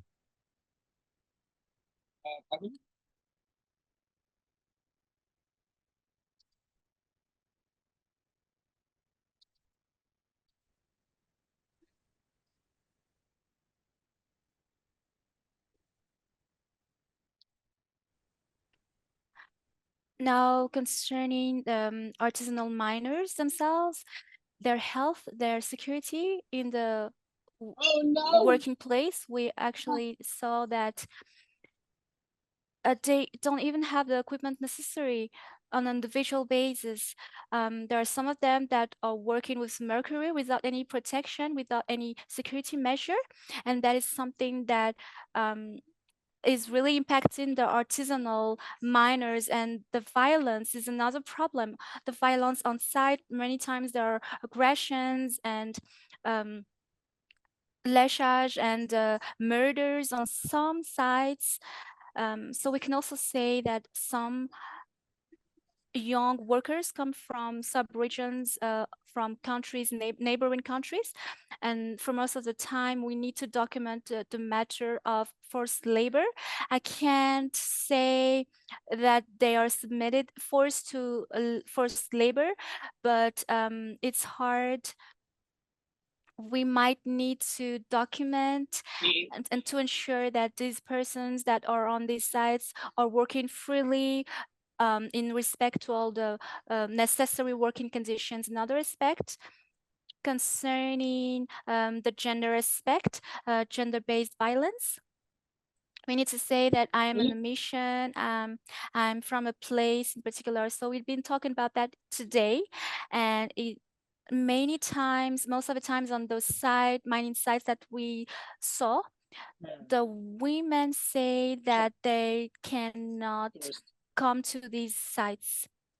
And the question of involving women is raised. It might be due to some cultural barriers and the matter of gender at the level of organizations, the professional organizations. We conducted a study on the cooperatives and artisanal miners, and we took a case about 12 or 15 persons. There's only one woman that is represented, but it's not really participating to the meeting. So this is important. Now on the topic of children labor, it's some sites that are authorized. On them, it's really rare to see children, but the presence of children, it's not necessarily linked to work. But when a mother is going with a child, a young child on the site, you can see that the child might participate to the cleansing, for example, because we see that we judge that cleaning is not something that is dangerous, but when it's about the use of mercury, then there is a real problem, security problem, and the rights of that problem. I'm in Brangolu, and some students leave the classrooms in order to go on the mining sites, because in those places it's easy to get money. So the matter of right to education is also raised. We need to see that in particular. So these are a few answers that I can give. For me not to take too much time, and I would like to say thank you so much.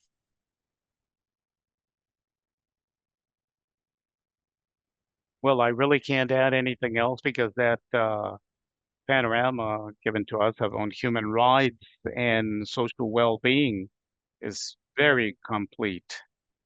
So one of the things that I believe that perhaps is important to consider is that these elements that Michelle has just mentioned are all those elements that are found as critical risks within the due diligence of the OECD.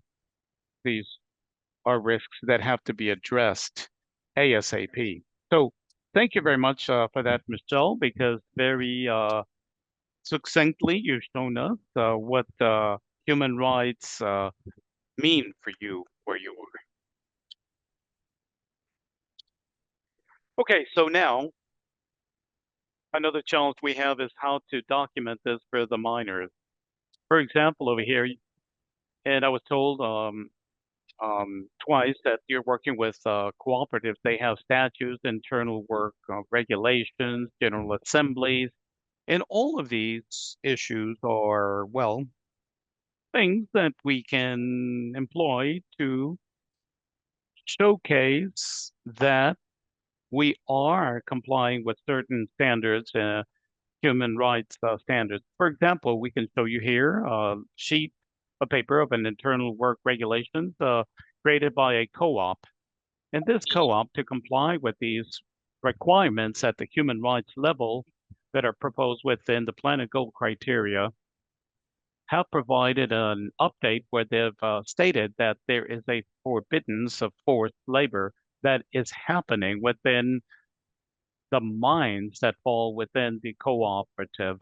This is very important, so because from the moment that this declaration is made, the miners then can certainly start having sort of a different idea of the various mechanisms that they can keep in mind to manage this risk. And in particular, let me rehash that due diligence of the OECD framework. The first person, let's see who said it within the process. What was that again? What do we have to do again from the framework of the OECD standpoint?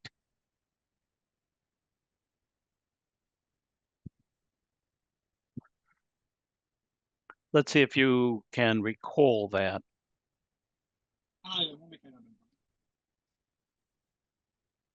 I see in the chat, identify risk. Yes, that's right, Olmedo. That is absolutely spot on.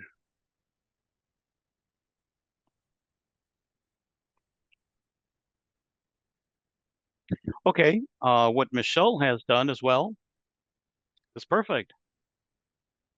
We have an identification of the risks that have to be addressed, and once we have identified these risks, what do we do then? We evaluate them. Yes, that's correct. So we prioritize these risks. For example, we've seen the issue of forced labor. We know that it's something that is very difficult to work on within the mining site. So we've assessed them, and then we take the measures to mitigate that risk at least.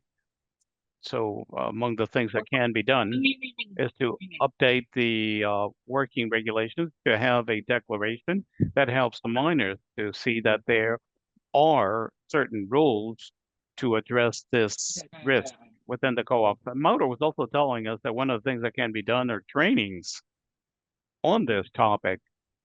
Well, it's a very large area, so within the trainings that can be provided. So within that, to mitigate that, after mitigating it, there are two people that I haven't heard from, which are, let's see, Arthur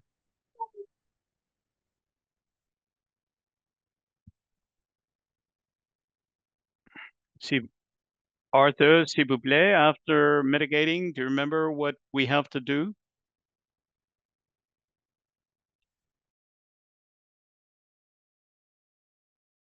Let's see if he can hear us. And also Ibrahima, that has the last one.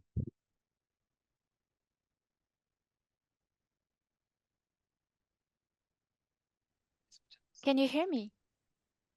Ibrahima, we hear you. Yes, Can we you can hear hear me? you fine. Thank you. Go ahead.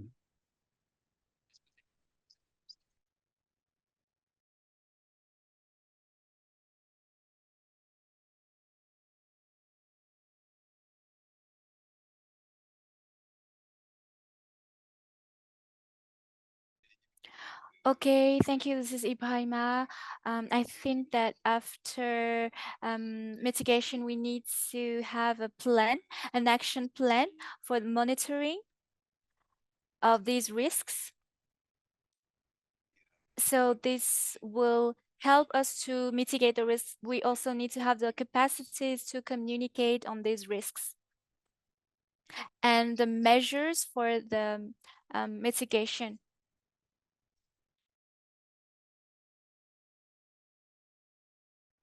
And yes, mitigation measures and negative impacts have been generated. So there's a last step that we don't normally take into account, but is nevertheless very important, which is to remediate. Many times we need preparation for this for certain people that have been affected. It's important to consider this as well. So thank you very much for reminding me about this process. Okay, so in particular, this that I'm showing you about this declaration is the mitigation measure that can be implemented. For the miners, with what Michelle has told us, it's very important to understand the concepts behind that issue that has to do with human rights and social well-being. I will not delve deeper into these, but just identify those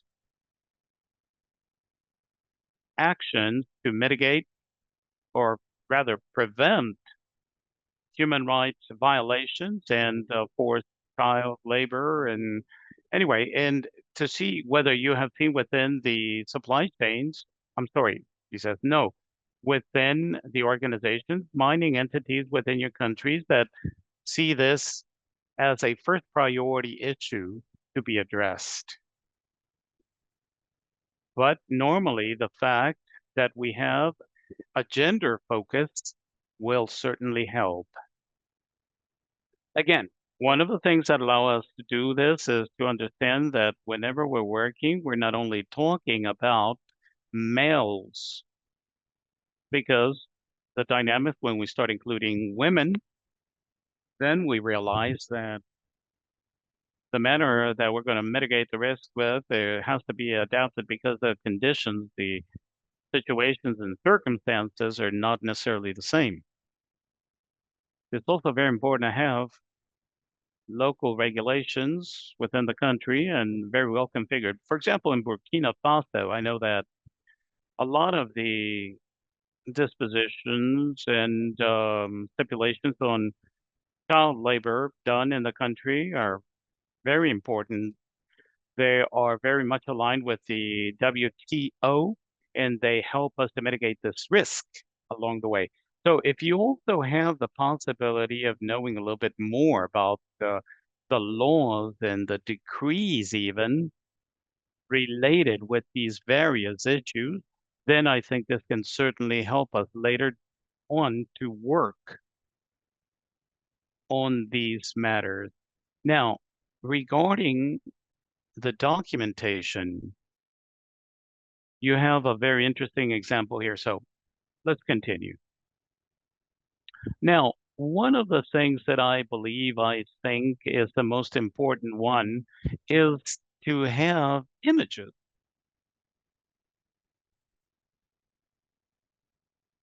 We also have to be very careful around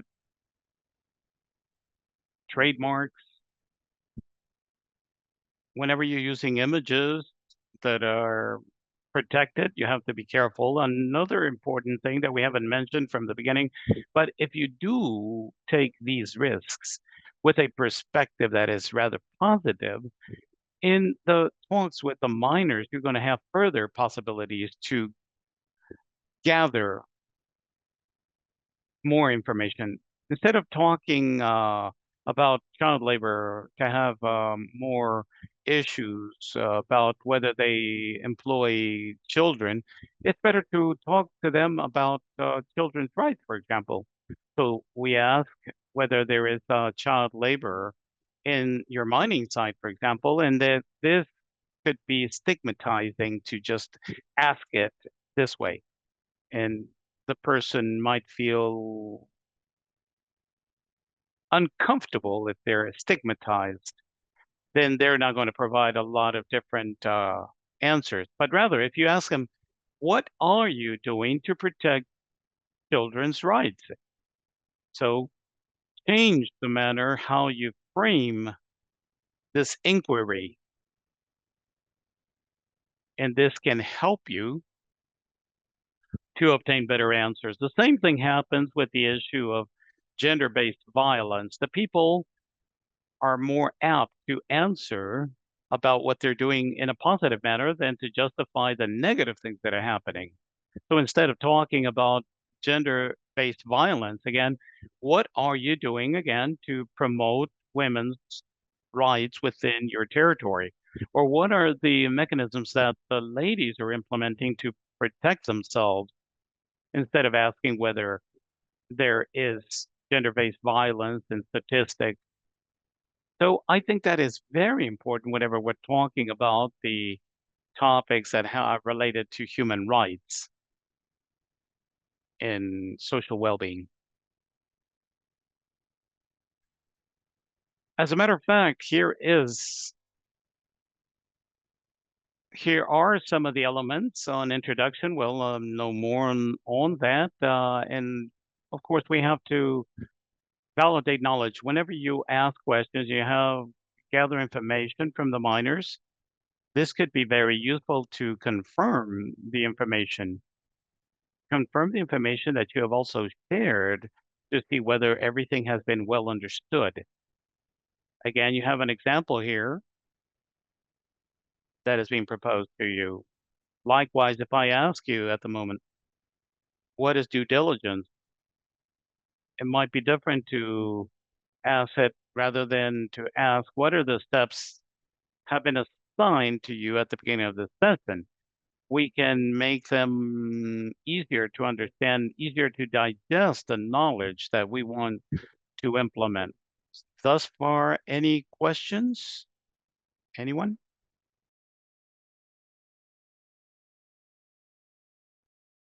How about any comments?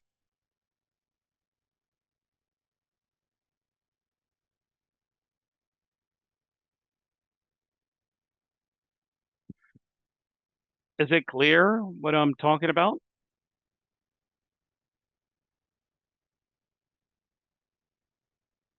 Yes, I can see that was done before. Okay. Somebody says, well, in my opinion, as a comment, I just wanted to say to foster participation in trainings by all attendees, because many a times when just one person speaks, then we can only ascertain a single criterion. But rather, when we foster full participation by everyone, male or female, this helps them to provide their opinion and feel that their opinion is considered. And thus, we can identify some of the items that you've mentioned on child labor, forced labor, etc. In my criterion, it's very important to foster participation in all of these training sessions. Yes, says Chris, I think this is very spot on comment. Oh, Chris, somebody's saying. Yes, go ahead, Anna. Yes, then I will continue with my answer to that. But go ahead. Yes, thank you. I wanted to highlight what you were mentioning about the speech. how we foster the activities and what slant do we give to it. For example, in our country, in Caravaggio, this is very relevant. I'm talking about the gender issues. Female miners contribute very much to the economic activity, but as was mentioned by Michelle, I think this is a topic that in almost every country, I think, of all of us present here, we have perspectives around machismo, that women have to belong only to certain parts of the supply chain, or that they might be participating in certain ways in the mining site. So what we've seen here in Nicaragua with the important stakeholders, to give them a space for their voice. As Mauro said, it's important for everybody to participate and be able to express themselves. But with women, there is a greater complexity, because maybe their spouses are a minor and they don't allow them to perform in that sense. But it's basically empowerment of women so that we can create their participation in their area. We want equality for the ladies. We want a different language, a different speech, if you will, softer and more accepted, if you will. And the same thing with child and forced labor, which I think is also mentioned in Nicaragua, just as was mentioned by Michelle, that many a time the children are not necessarily participating in the activity, but they're there because the parents don't have anybody to leave them with. So when I've been talking with my colleagues here from the ministry, they say whenever we perform any site visits, the children immediately go out and hide. And no, or if we find them, they're saying, no, I was just dropping off their lunch or something. But we have to realize what is happening. Although they're not participating in the activity, then there is an inherent risk for this mercury absorption, etc., or accidents. So we have to offer opportunity so that the parents can work calmly and with peace of mind. So thank you very much for these tools. Thank you.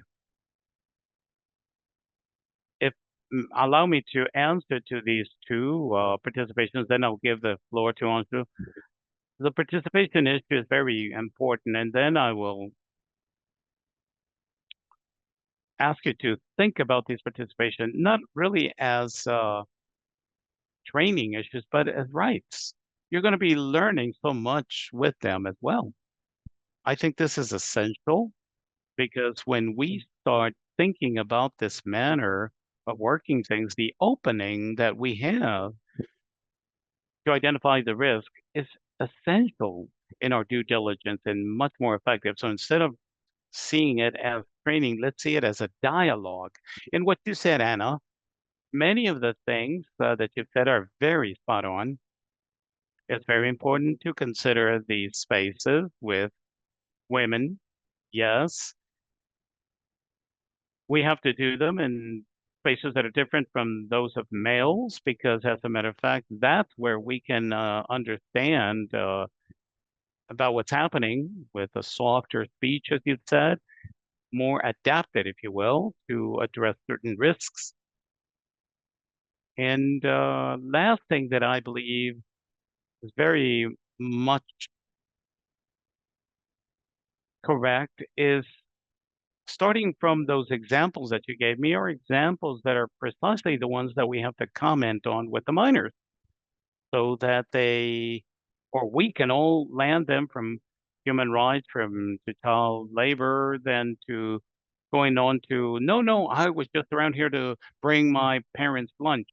So we start realizing that these are life situations that are very commonly found in every space that we're in. And that's where we start taking that stigma, because these are things that are happening around many other activities. The mining activity has a different weight. And so the fact of mentioning these risks associated to them, the issue of mercury, and keep this very much in mind, there is well, it seems like the Nicaragua team has some very good tools to work these topics. Oh, Arthur, apologies. I will give you the floor. now. Go ahead, please. Thank you. I think that I would like to come back to what our colleague from Nicaragua said. And in our context, talking to women is very hard because it's often controlled by the husband. And so organizing discussion groups, first, we have to go through the husband because most of them have that family dynamic. And so a lot of those are looking at the conditions between husband and wife. And what our colleague from Nicaragua, what he mentioned, it becomes quite complicated for us. And often what the husband says is what everyone then says. And so it becomes hard to have these discussions, yes. Yes, that differentiated space where we're going to see women and men in a different light can certainly help us to have further information. Now, another thing that can be a recommendation here is that the very people that are going to the mining sites, not only from their teams here, it's another way of promoting women's participation within their spaces. So it's good for them to attend so that they may not feel that it's just a man from the planetGOLD team is only going to provide maybe false information or that is complicated for women, they may think.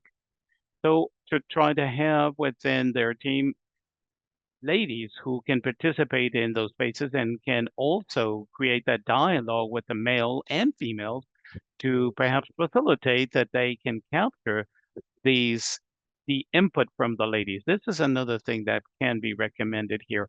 That's more of your internal structure, of course. I'll leave it at that, but I think can certainly facilitate many other aspects. So we realize about the importance that gender equality can have even within those spaces. Okay, so let me go now on to the next section, which is the environmental protection. Okay, so we were in the implementation of the guide. We worked on legitimacy, internal organization, and now we've just seen human rights issues and social well-being, I'm sorry.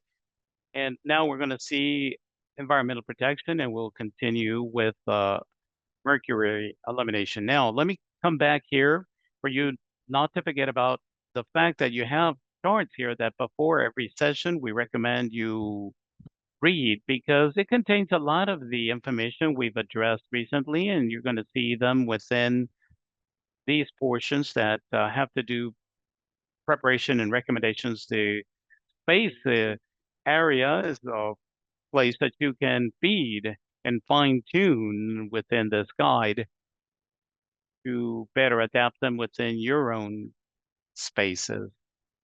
So let me come back to the presentation here.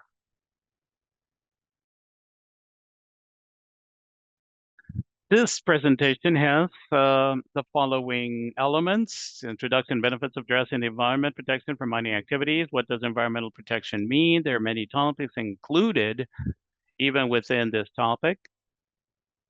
We're going to focus in particular on criterion C, which is the environmentally responsible operations for planetGOLD criteria. How can we document? Oh, I'm sorry, he says.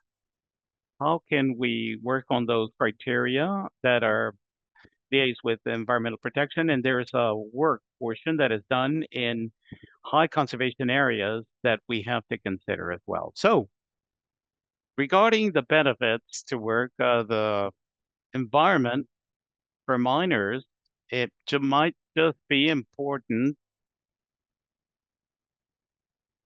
to find within better managing the use of the chemicals or other minerals they use Also, again, we have to address the protection of land and aquatic ecosystems and the fact that we also have a better articulation with the entities that work with them, forestry rangers, or any entities that, or communities even that have to do with agriculture. This can also serve, and many of the miners that work with us also work as farmers, the miners, I mean. So it's important to see how this impinges on their economic activities that fall outside mining. Now, of course, credibility and the positioning of the mining activity in light of a particular local territorial scenario, I think would be of interest to them. Now, a question for the colleagues here. I see Eric. I have seen to chat within. Is your audio working? Eric? Yeah, it's working. Okay, great. Yes, go ahead. Okay, Eddie, and question. In which country are you working in? Oh, Ecuador. Okay. So, for example, in Ecuador, the issue of environmental protection, is it something that the miners consider? And if you do, then what is the interest they would have in doing so? Well, at the particular moment, the Ecuador project is just beginning, and we haven't actually had the opportunity of mm, approaching the miners because we're selecting the intervention sites at the moment. But we've already had some certain approaches from certain mining organization leaders. And of course, I believe that on behalf of the miners, there is an environmental awareness. I would say general, not too specific regarding the activities they perform. But there is also predisposition on their side to comply with certain environmental issues. For example, in Ecuador, require environmental licenses for small artisanal miners. So there's a non-compliance of environmental rules, and this comes from the lack of management on local governments. This is a barrier that we have to try to eliminate, at least within our project. But of course, there is awareness, maybe not as specific as I mentioned, hasn't really gone into our inner sanctum, if you will, when we work with them, but there is a general awareness. And I think that we use this to be able to begin a process that's a little deeper concerning the fact that they may assess what are the environmental components that are being affected by their activities. Perfect. And as a matter of fact, one of the things we haven't mentioned is the compliance. The fact that there are environmental norms that are included within the law to be able to work on around them is, or through them, is important for the miners. If I'm working and the authorities all the time come and bug me about not having environmental licenses, then I have to stop my activities, and that could be certainly a source of great discomfort for them. Also, the issue of compliance in those countries where those rules are a little bit further developed environmentally, that is certainly something we can think about providing to the miners. Thank you, Eddie. So then, let's see. Okay, so here we have, just to further specify these environmental aspects on environmental protection, we have the management of water sources, also very important to consider. So on the right, you have an idea on how we can approach these. I'm not going to delve too deeply in these, but at least you have these main processes that can be implemented. But the water issue certainly forms part of those topics that can be addressed with the miners. So they have these responsibilities, and what the environment represents for them: the water, residue management, mercury use of chemicals, also the management of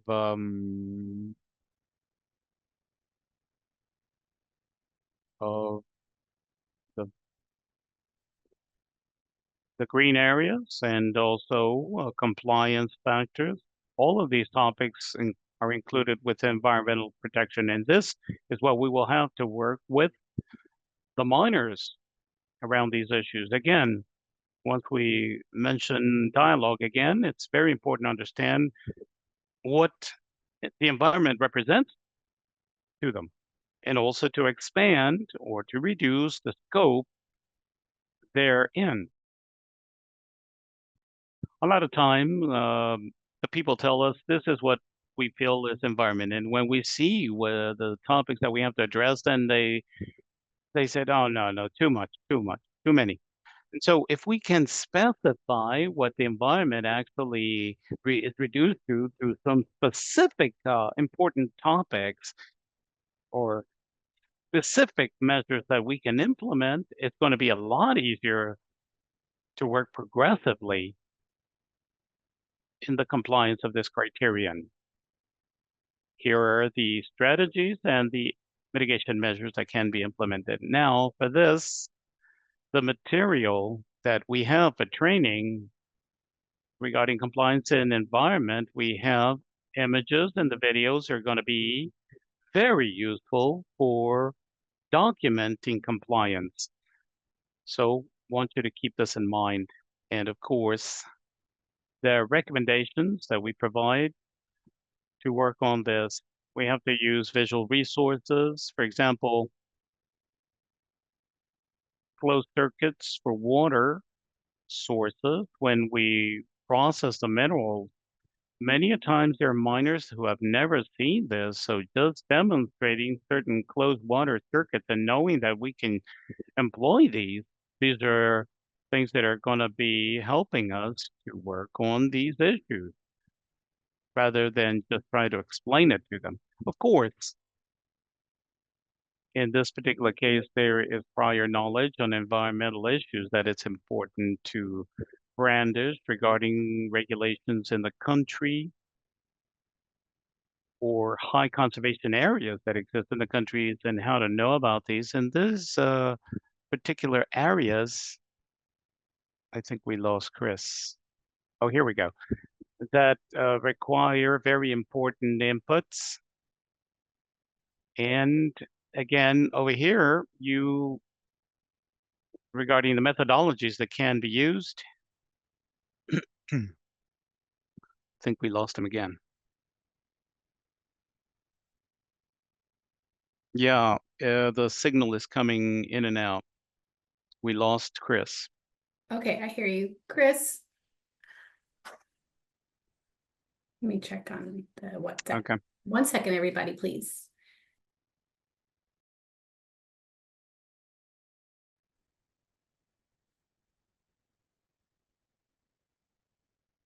Okay, let me share screen again. Apologize for that. We're all here. Hope we didn't lose anybody else. Okay, so we're all here, Chris. Okay, so again, apologize. Didn't know what happened. All right. So my question was regarding environmental issues, whether everything is clear and whether there are any comments or anything you'd like to contribute with. Well, as a comment in Nicaragua, the environmental issue, by virtue of it being a country with a lot of biodiversity, we've identified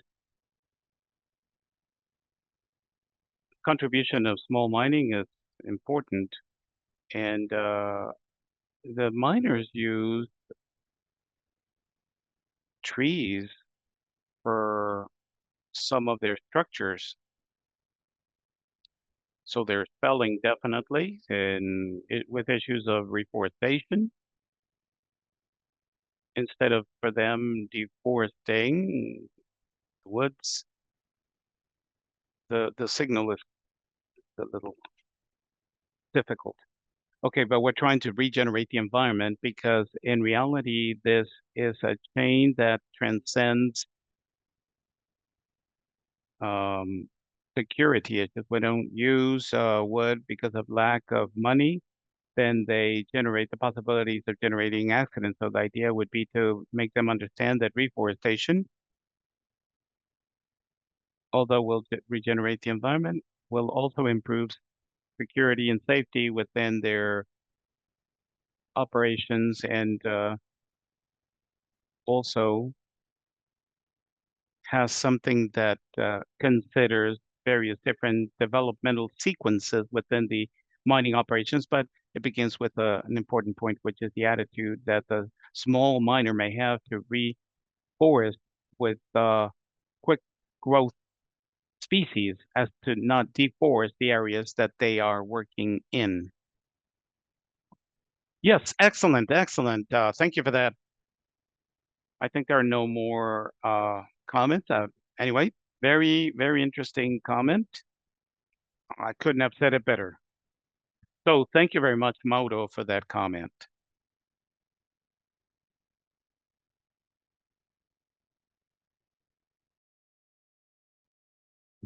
Now, in the countries where there are high conservation areas, for example, protected areas or reserves for forest and fauna, many a times these parks or reserves have reforestation programs.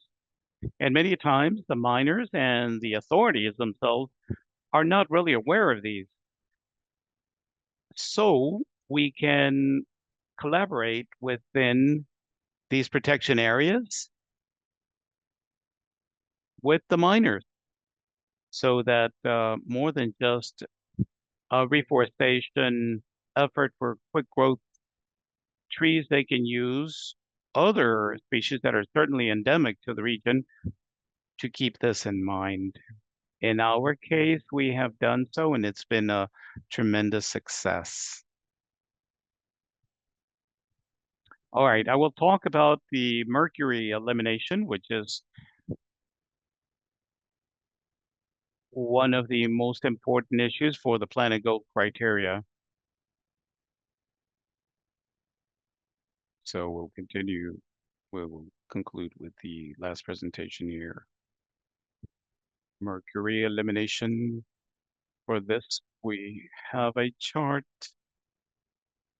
that you can see how to work this meeting and the manner that you can organize the space materials to be used, recommendations. Let me come back to this document because I've mentioned it before, but I feel it's very important to keep in mind. You have the planetGOLD criteria here, and as I've mentioned, there are some verifiable examples that you can make use of or to address with the miners. These are examples that are verifiable. These are not that you have to make the miners have. If they have verifiables out of those different criteria that you can work on, as I've mentioned before, don't doubt using them. But we have some examples of these verifiable documents that you can use and how you can work them within the various pages.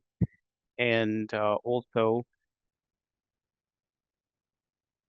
use it within the craft report or the planetGOLD report. So we have those two here. So I just wanted you to know that these can help you to land the criteria that we're addressing here. For example, criterion C or mercury use. Let me come back to the presentation then. So the presentation contained here has, let me see, this is the following structure.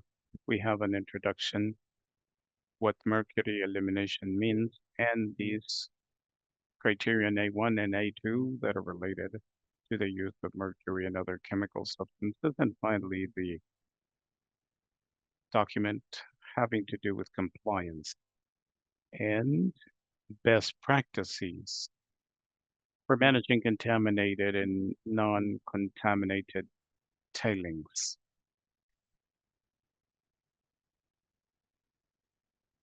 So I will continue here. Here is criterion A.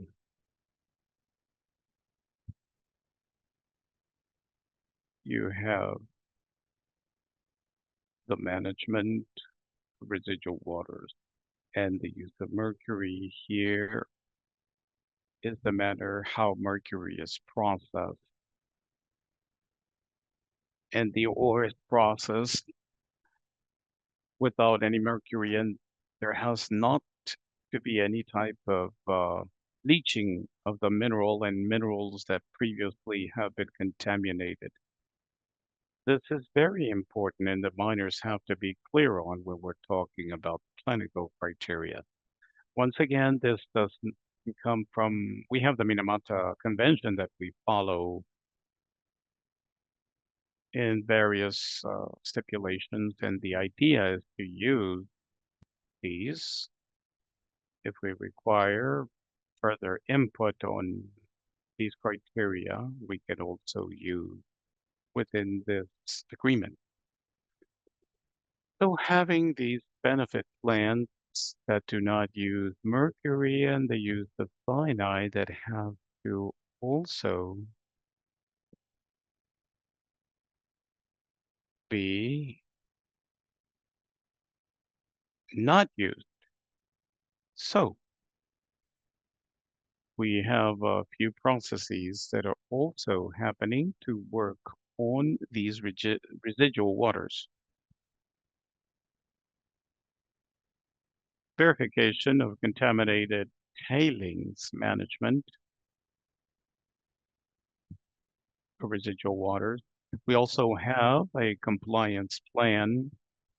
Many times within the regulations within the countries where we eliminate mercury, there are possibilities of seeing how we can implement this process progressively in this topic. Photography is also very important. And of course, you have some photographs that are showing this.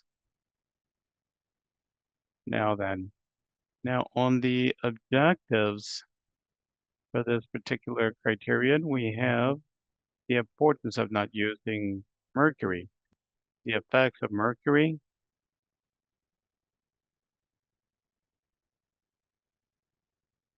and water and air issues. We have to also mention to the miners the effects that their activities can have, and of course the illnesses that can be generated for human beings must be addressed to the miners.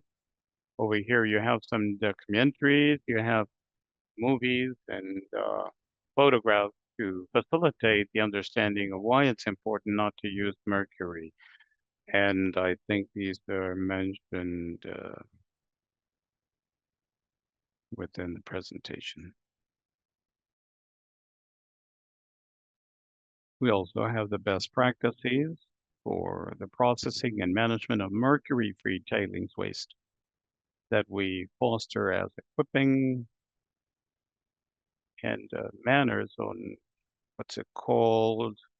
Sampling. Yes, sampling to see how to better work the yield of these benefit plans in the best possible manner, and why it's so important not to use cyanide on materials that have been previously contaminated by mercury.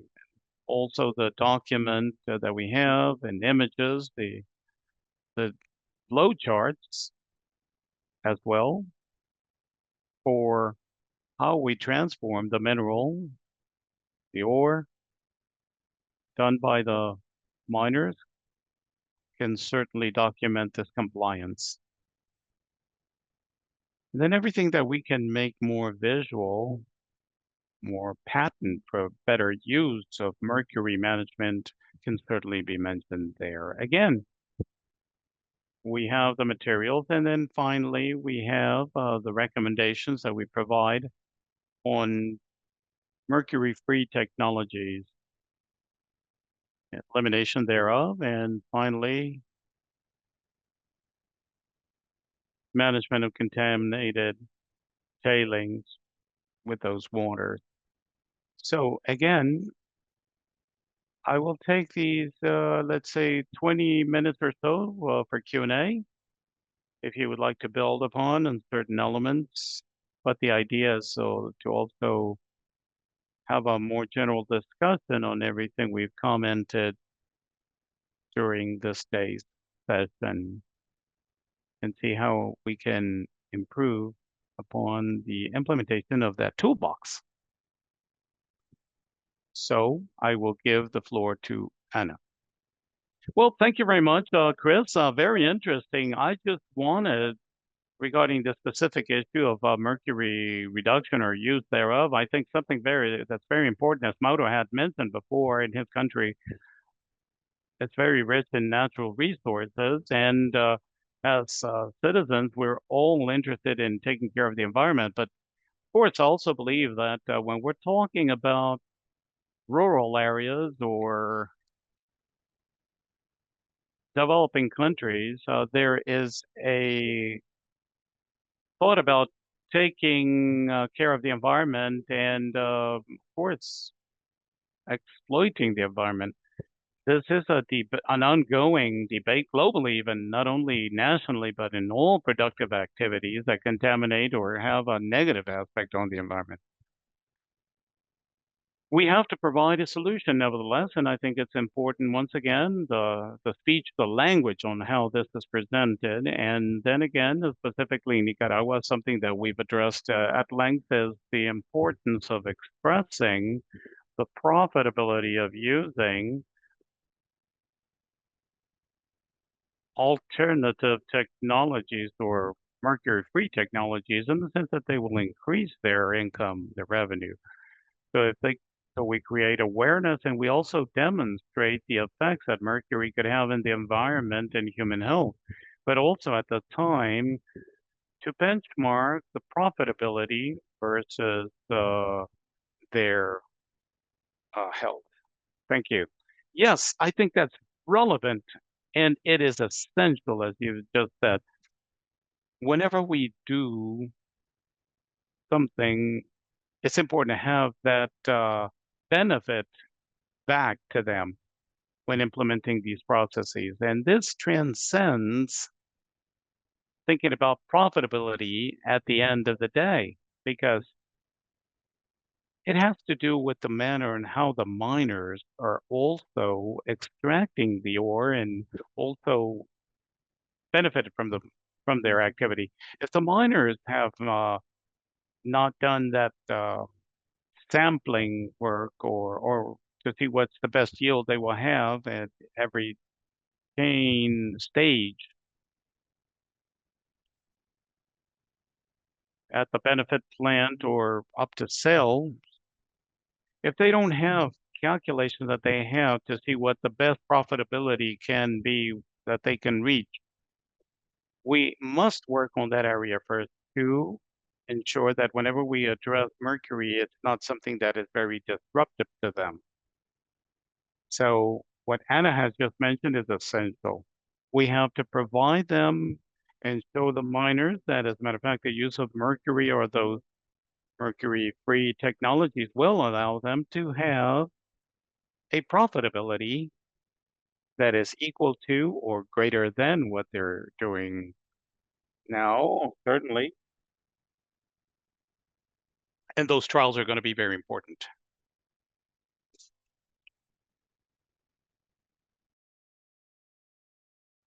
As well, another element that I think is important not to leave aside is that behind these technologies that are mercury-free, there is an important line of thought. It's not just in the sense that we're going to have to work on profitability issues, but has to do with building those ideas that are behind those mercury-free technologies. A week ago, some of the miners that we were talking to were using the shaking table, and they were telling us that shaking table was being used, but it didn't it didn't work for us because it seemed like it was taking away from us. Like the miners were thinking that there was theft on behalf of the person that was using this shaking table.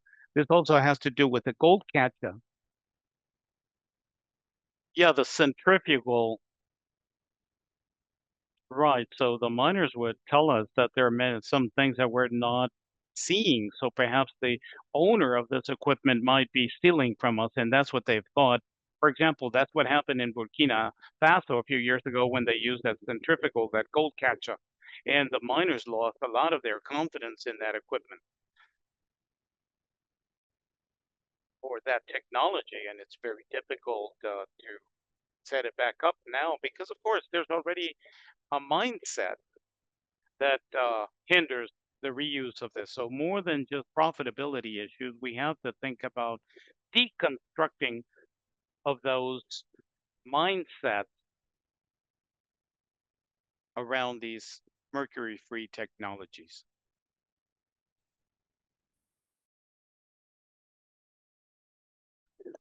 Are there any other comments on anything that we've seen today? Maybe our colleagues would like to comment on a few of the things I've said, or maybe modify some of the things that I have said or expand upon them. Well, someone says, in the aspect of trust, the small miner in the processes, it's also important to know that they have the necessary tools to see the content of gold. In my opinion, it's vital to besides having a gravimetric plant that doesn't use mercury. We must also implement laboratories there so they can have a certainty in the gold content before the process and afterwards, the gravimetric process. So with this, we generate confidence in the small miners and avoid those problems that in Nicaragua, we hear that the miner is very traditional in the way they think. They don't trust new technologies, but they don't trust them also because we don't have any laboratories when they can actually analyze their ore and see what content of gold they have and what is the efficiency of the process that they are using. And with that, for them to also demonstrate how many grams per gold of tonnage they're obtaining. This could be a very valuable factor when we implement these strategies. Thank you. Yes, I agree. And again, I think it's essential what you're saying there. This culture of beginning to run tests, it's something that must be implemented to foster trust in laboratories are one of the measures that can be taken toward that. Robo also has the hand raised, I believe.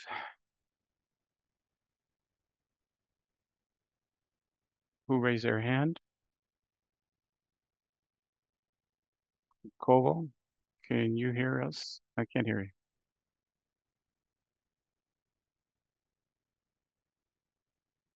Okay, we Yes, can I can hear hear you you now. properly.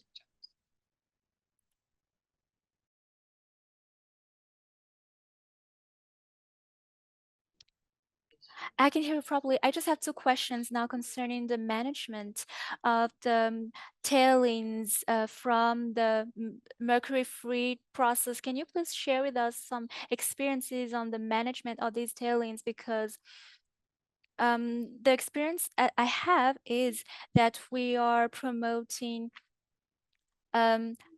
mercury-free treatment, but at the same time, we need the minerals to be treated properly, and the miners are performing a second treatment. So are there chemical products, alternative chemical products, maybe cyanide? That's my first question. And my second question is, I just want to share a comment from Christian on the fact that the economic aspect is not there and the profitability is not there with the mercury-free technologies. I just realized that the perceptions of the ideas or the mindsets of these miners are an important aspect that we need to take into account. And how do we deconstruct these perceptions, these negative perceptions linked to the use of mercury and the use of the various technologies that we are promoting with the miners?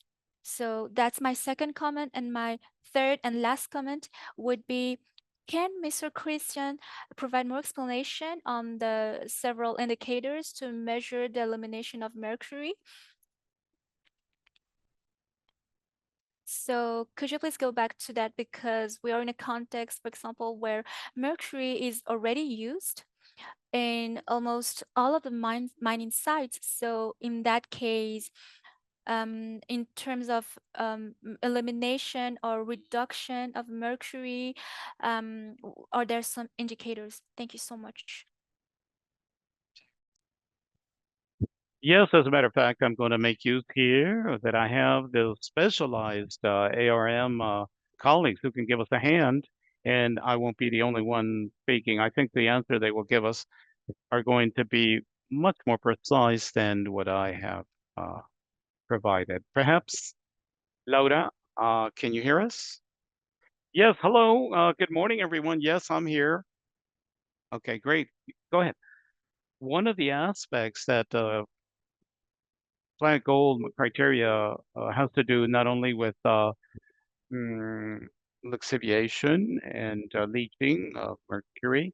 What we have to do is a later elimination of mercury before we actually start with the leaching process.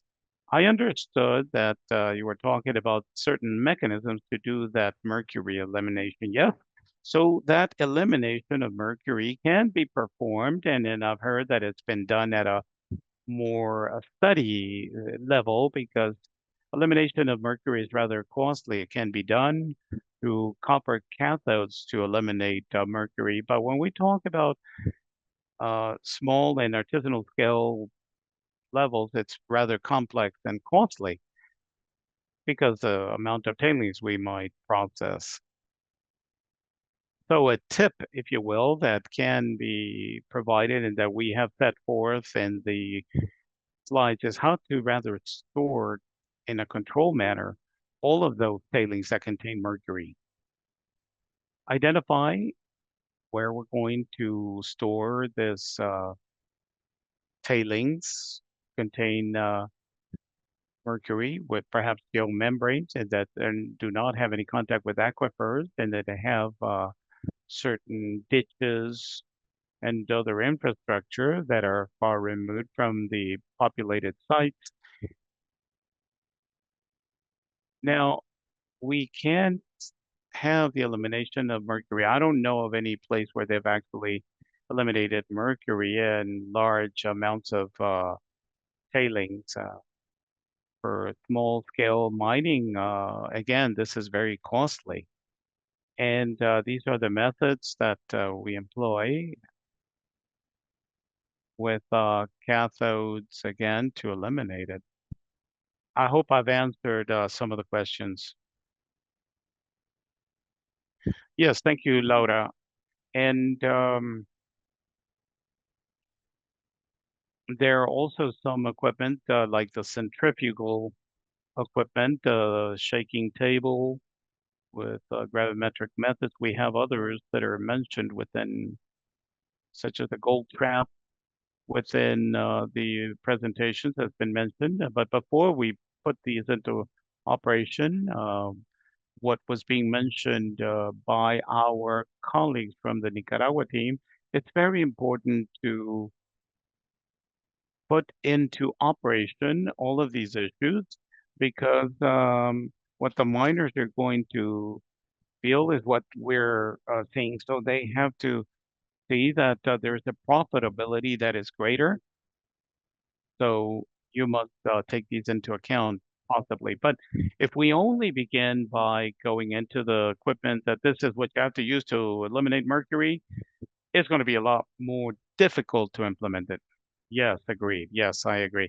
I wanted to also build upon that. There are times that the miner wants that we want to be very specific and explain to them what is the equipment that I will eliminate mercury with.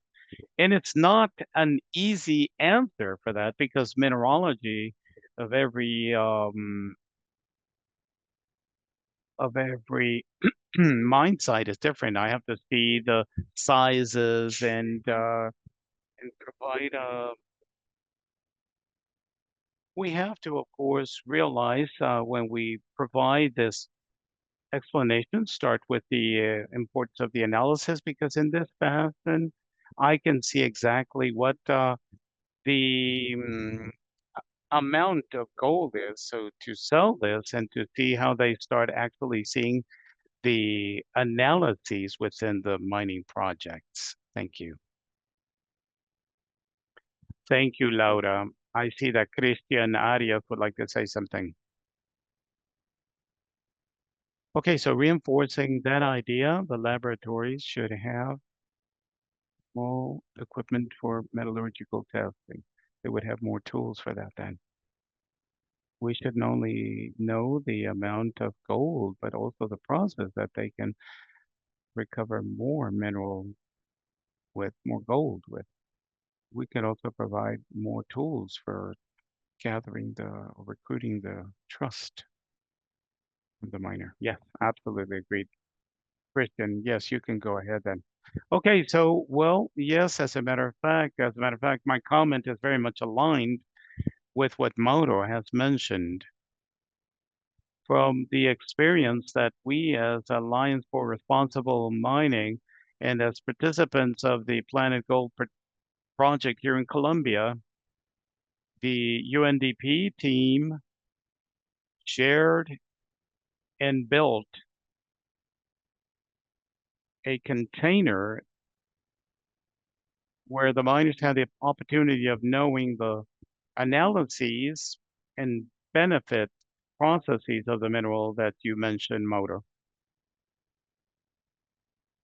In a small container, the miners had the opportunity of actually going in, take their mineral, and conduct their gravimetric processes. They had a small shaking table. They also had fire trials and very interesting tools to establish this trust in the miners.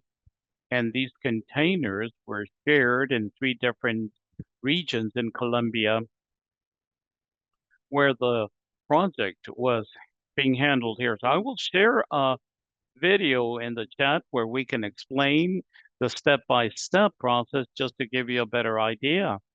I think this was very successful because at the end of the day, it's not easy to access the sampling analyses, possibilities of testing the materials through various processing methods. So I think, again, it could be very positive for the countries that already in the second phase of Planet Gold. If I may, I think because we're about to leave now, I think the processes also gives us the framework to identify and prioritize these topics and to provide a monitoring too. But at the end of the day, every issue is a different point. To talk about mercury and occupational health and safety or human rights even, these could certainly represent even different sessions. But what we wanted to address here, and I think has been the intent by Planet Gold, is to have this framework that will allow us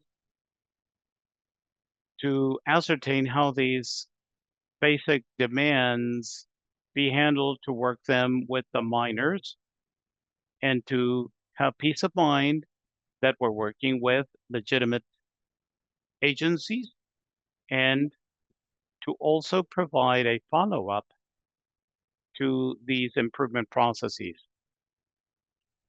So then afterwards, the actions have to delve a little deeper depending on the standards that you may develop down the line.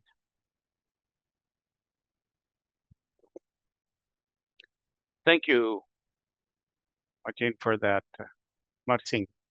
And as Chris was giving us some examples, once again, you do have at hand some videos again, some photographs, and other resources that can allow you to better ascertain these topics and everything we've addressed. So don't doubt at any time adding onto them, building onto the various tools that we're also providing into your toolbox.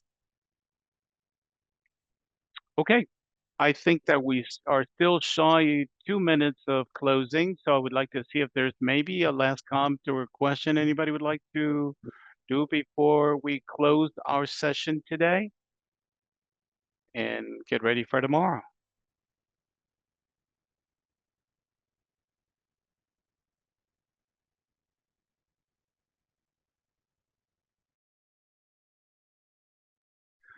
Okay, if nothing further, then I will give the floor back to Mona so that perhaps she can give us some closing words for today. And then afterwards, then, well, we'll get ready for tomorrow. Thank you all.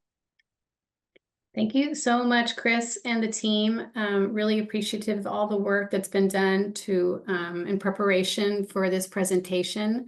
There was a lot of engagement and back and forth with all of us. So it's, yeah, so I just really appreciate all that time and work. And hopefully, I think it was a success. All of these materials that you're seeing, the presentations, I believe Kami already shared the link earlier. Kami, if you don't mind sharing that again one more time, just right now as we're closing out for those who maybe weren't on the call earlier. And those will be available. I will resend the materials again following today's session. The recording and and a link to the materials will be available on home base once we finish the series.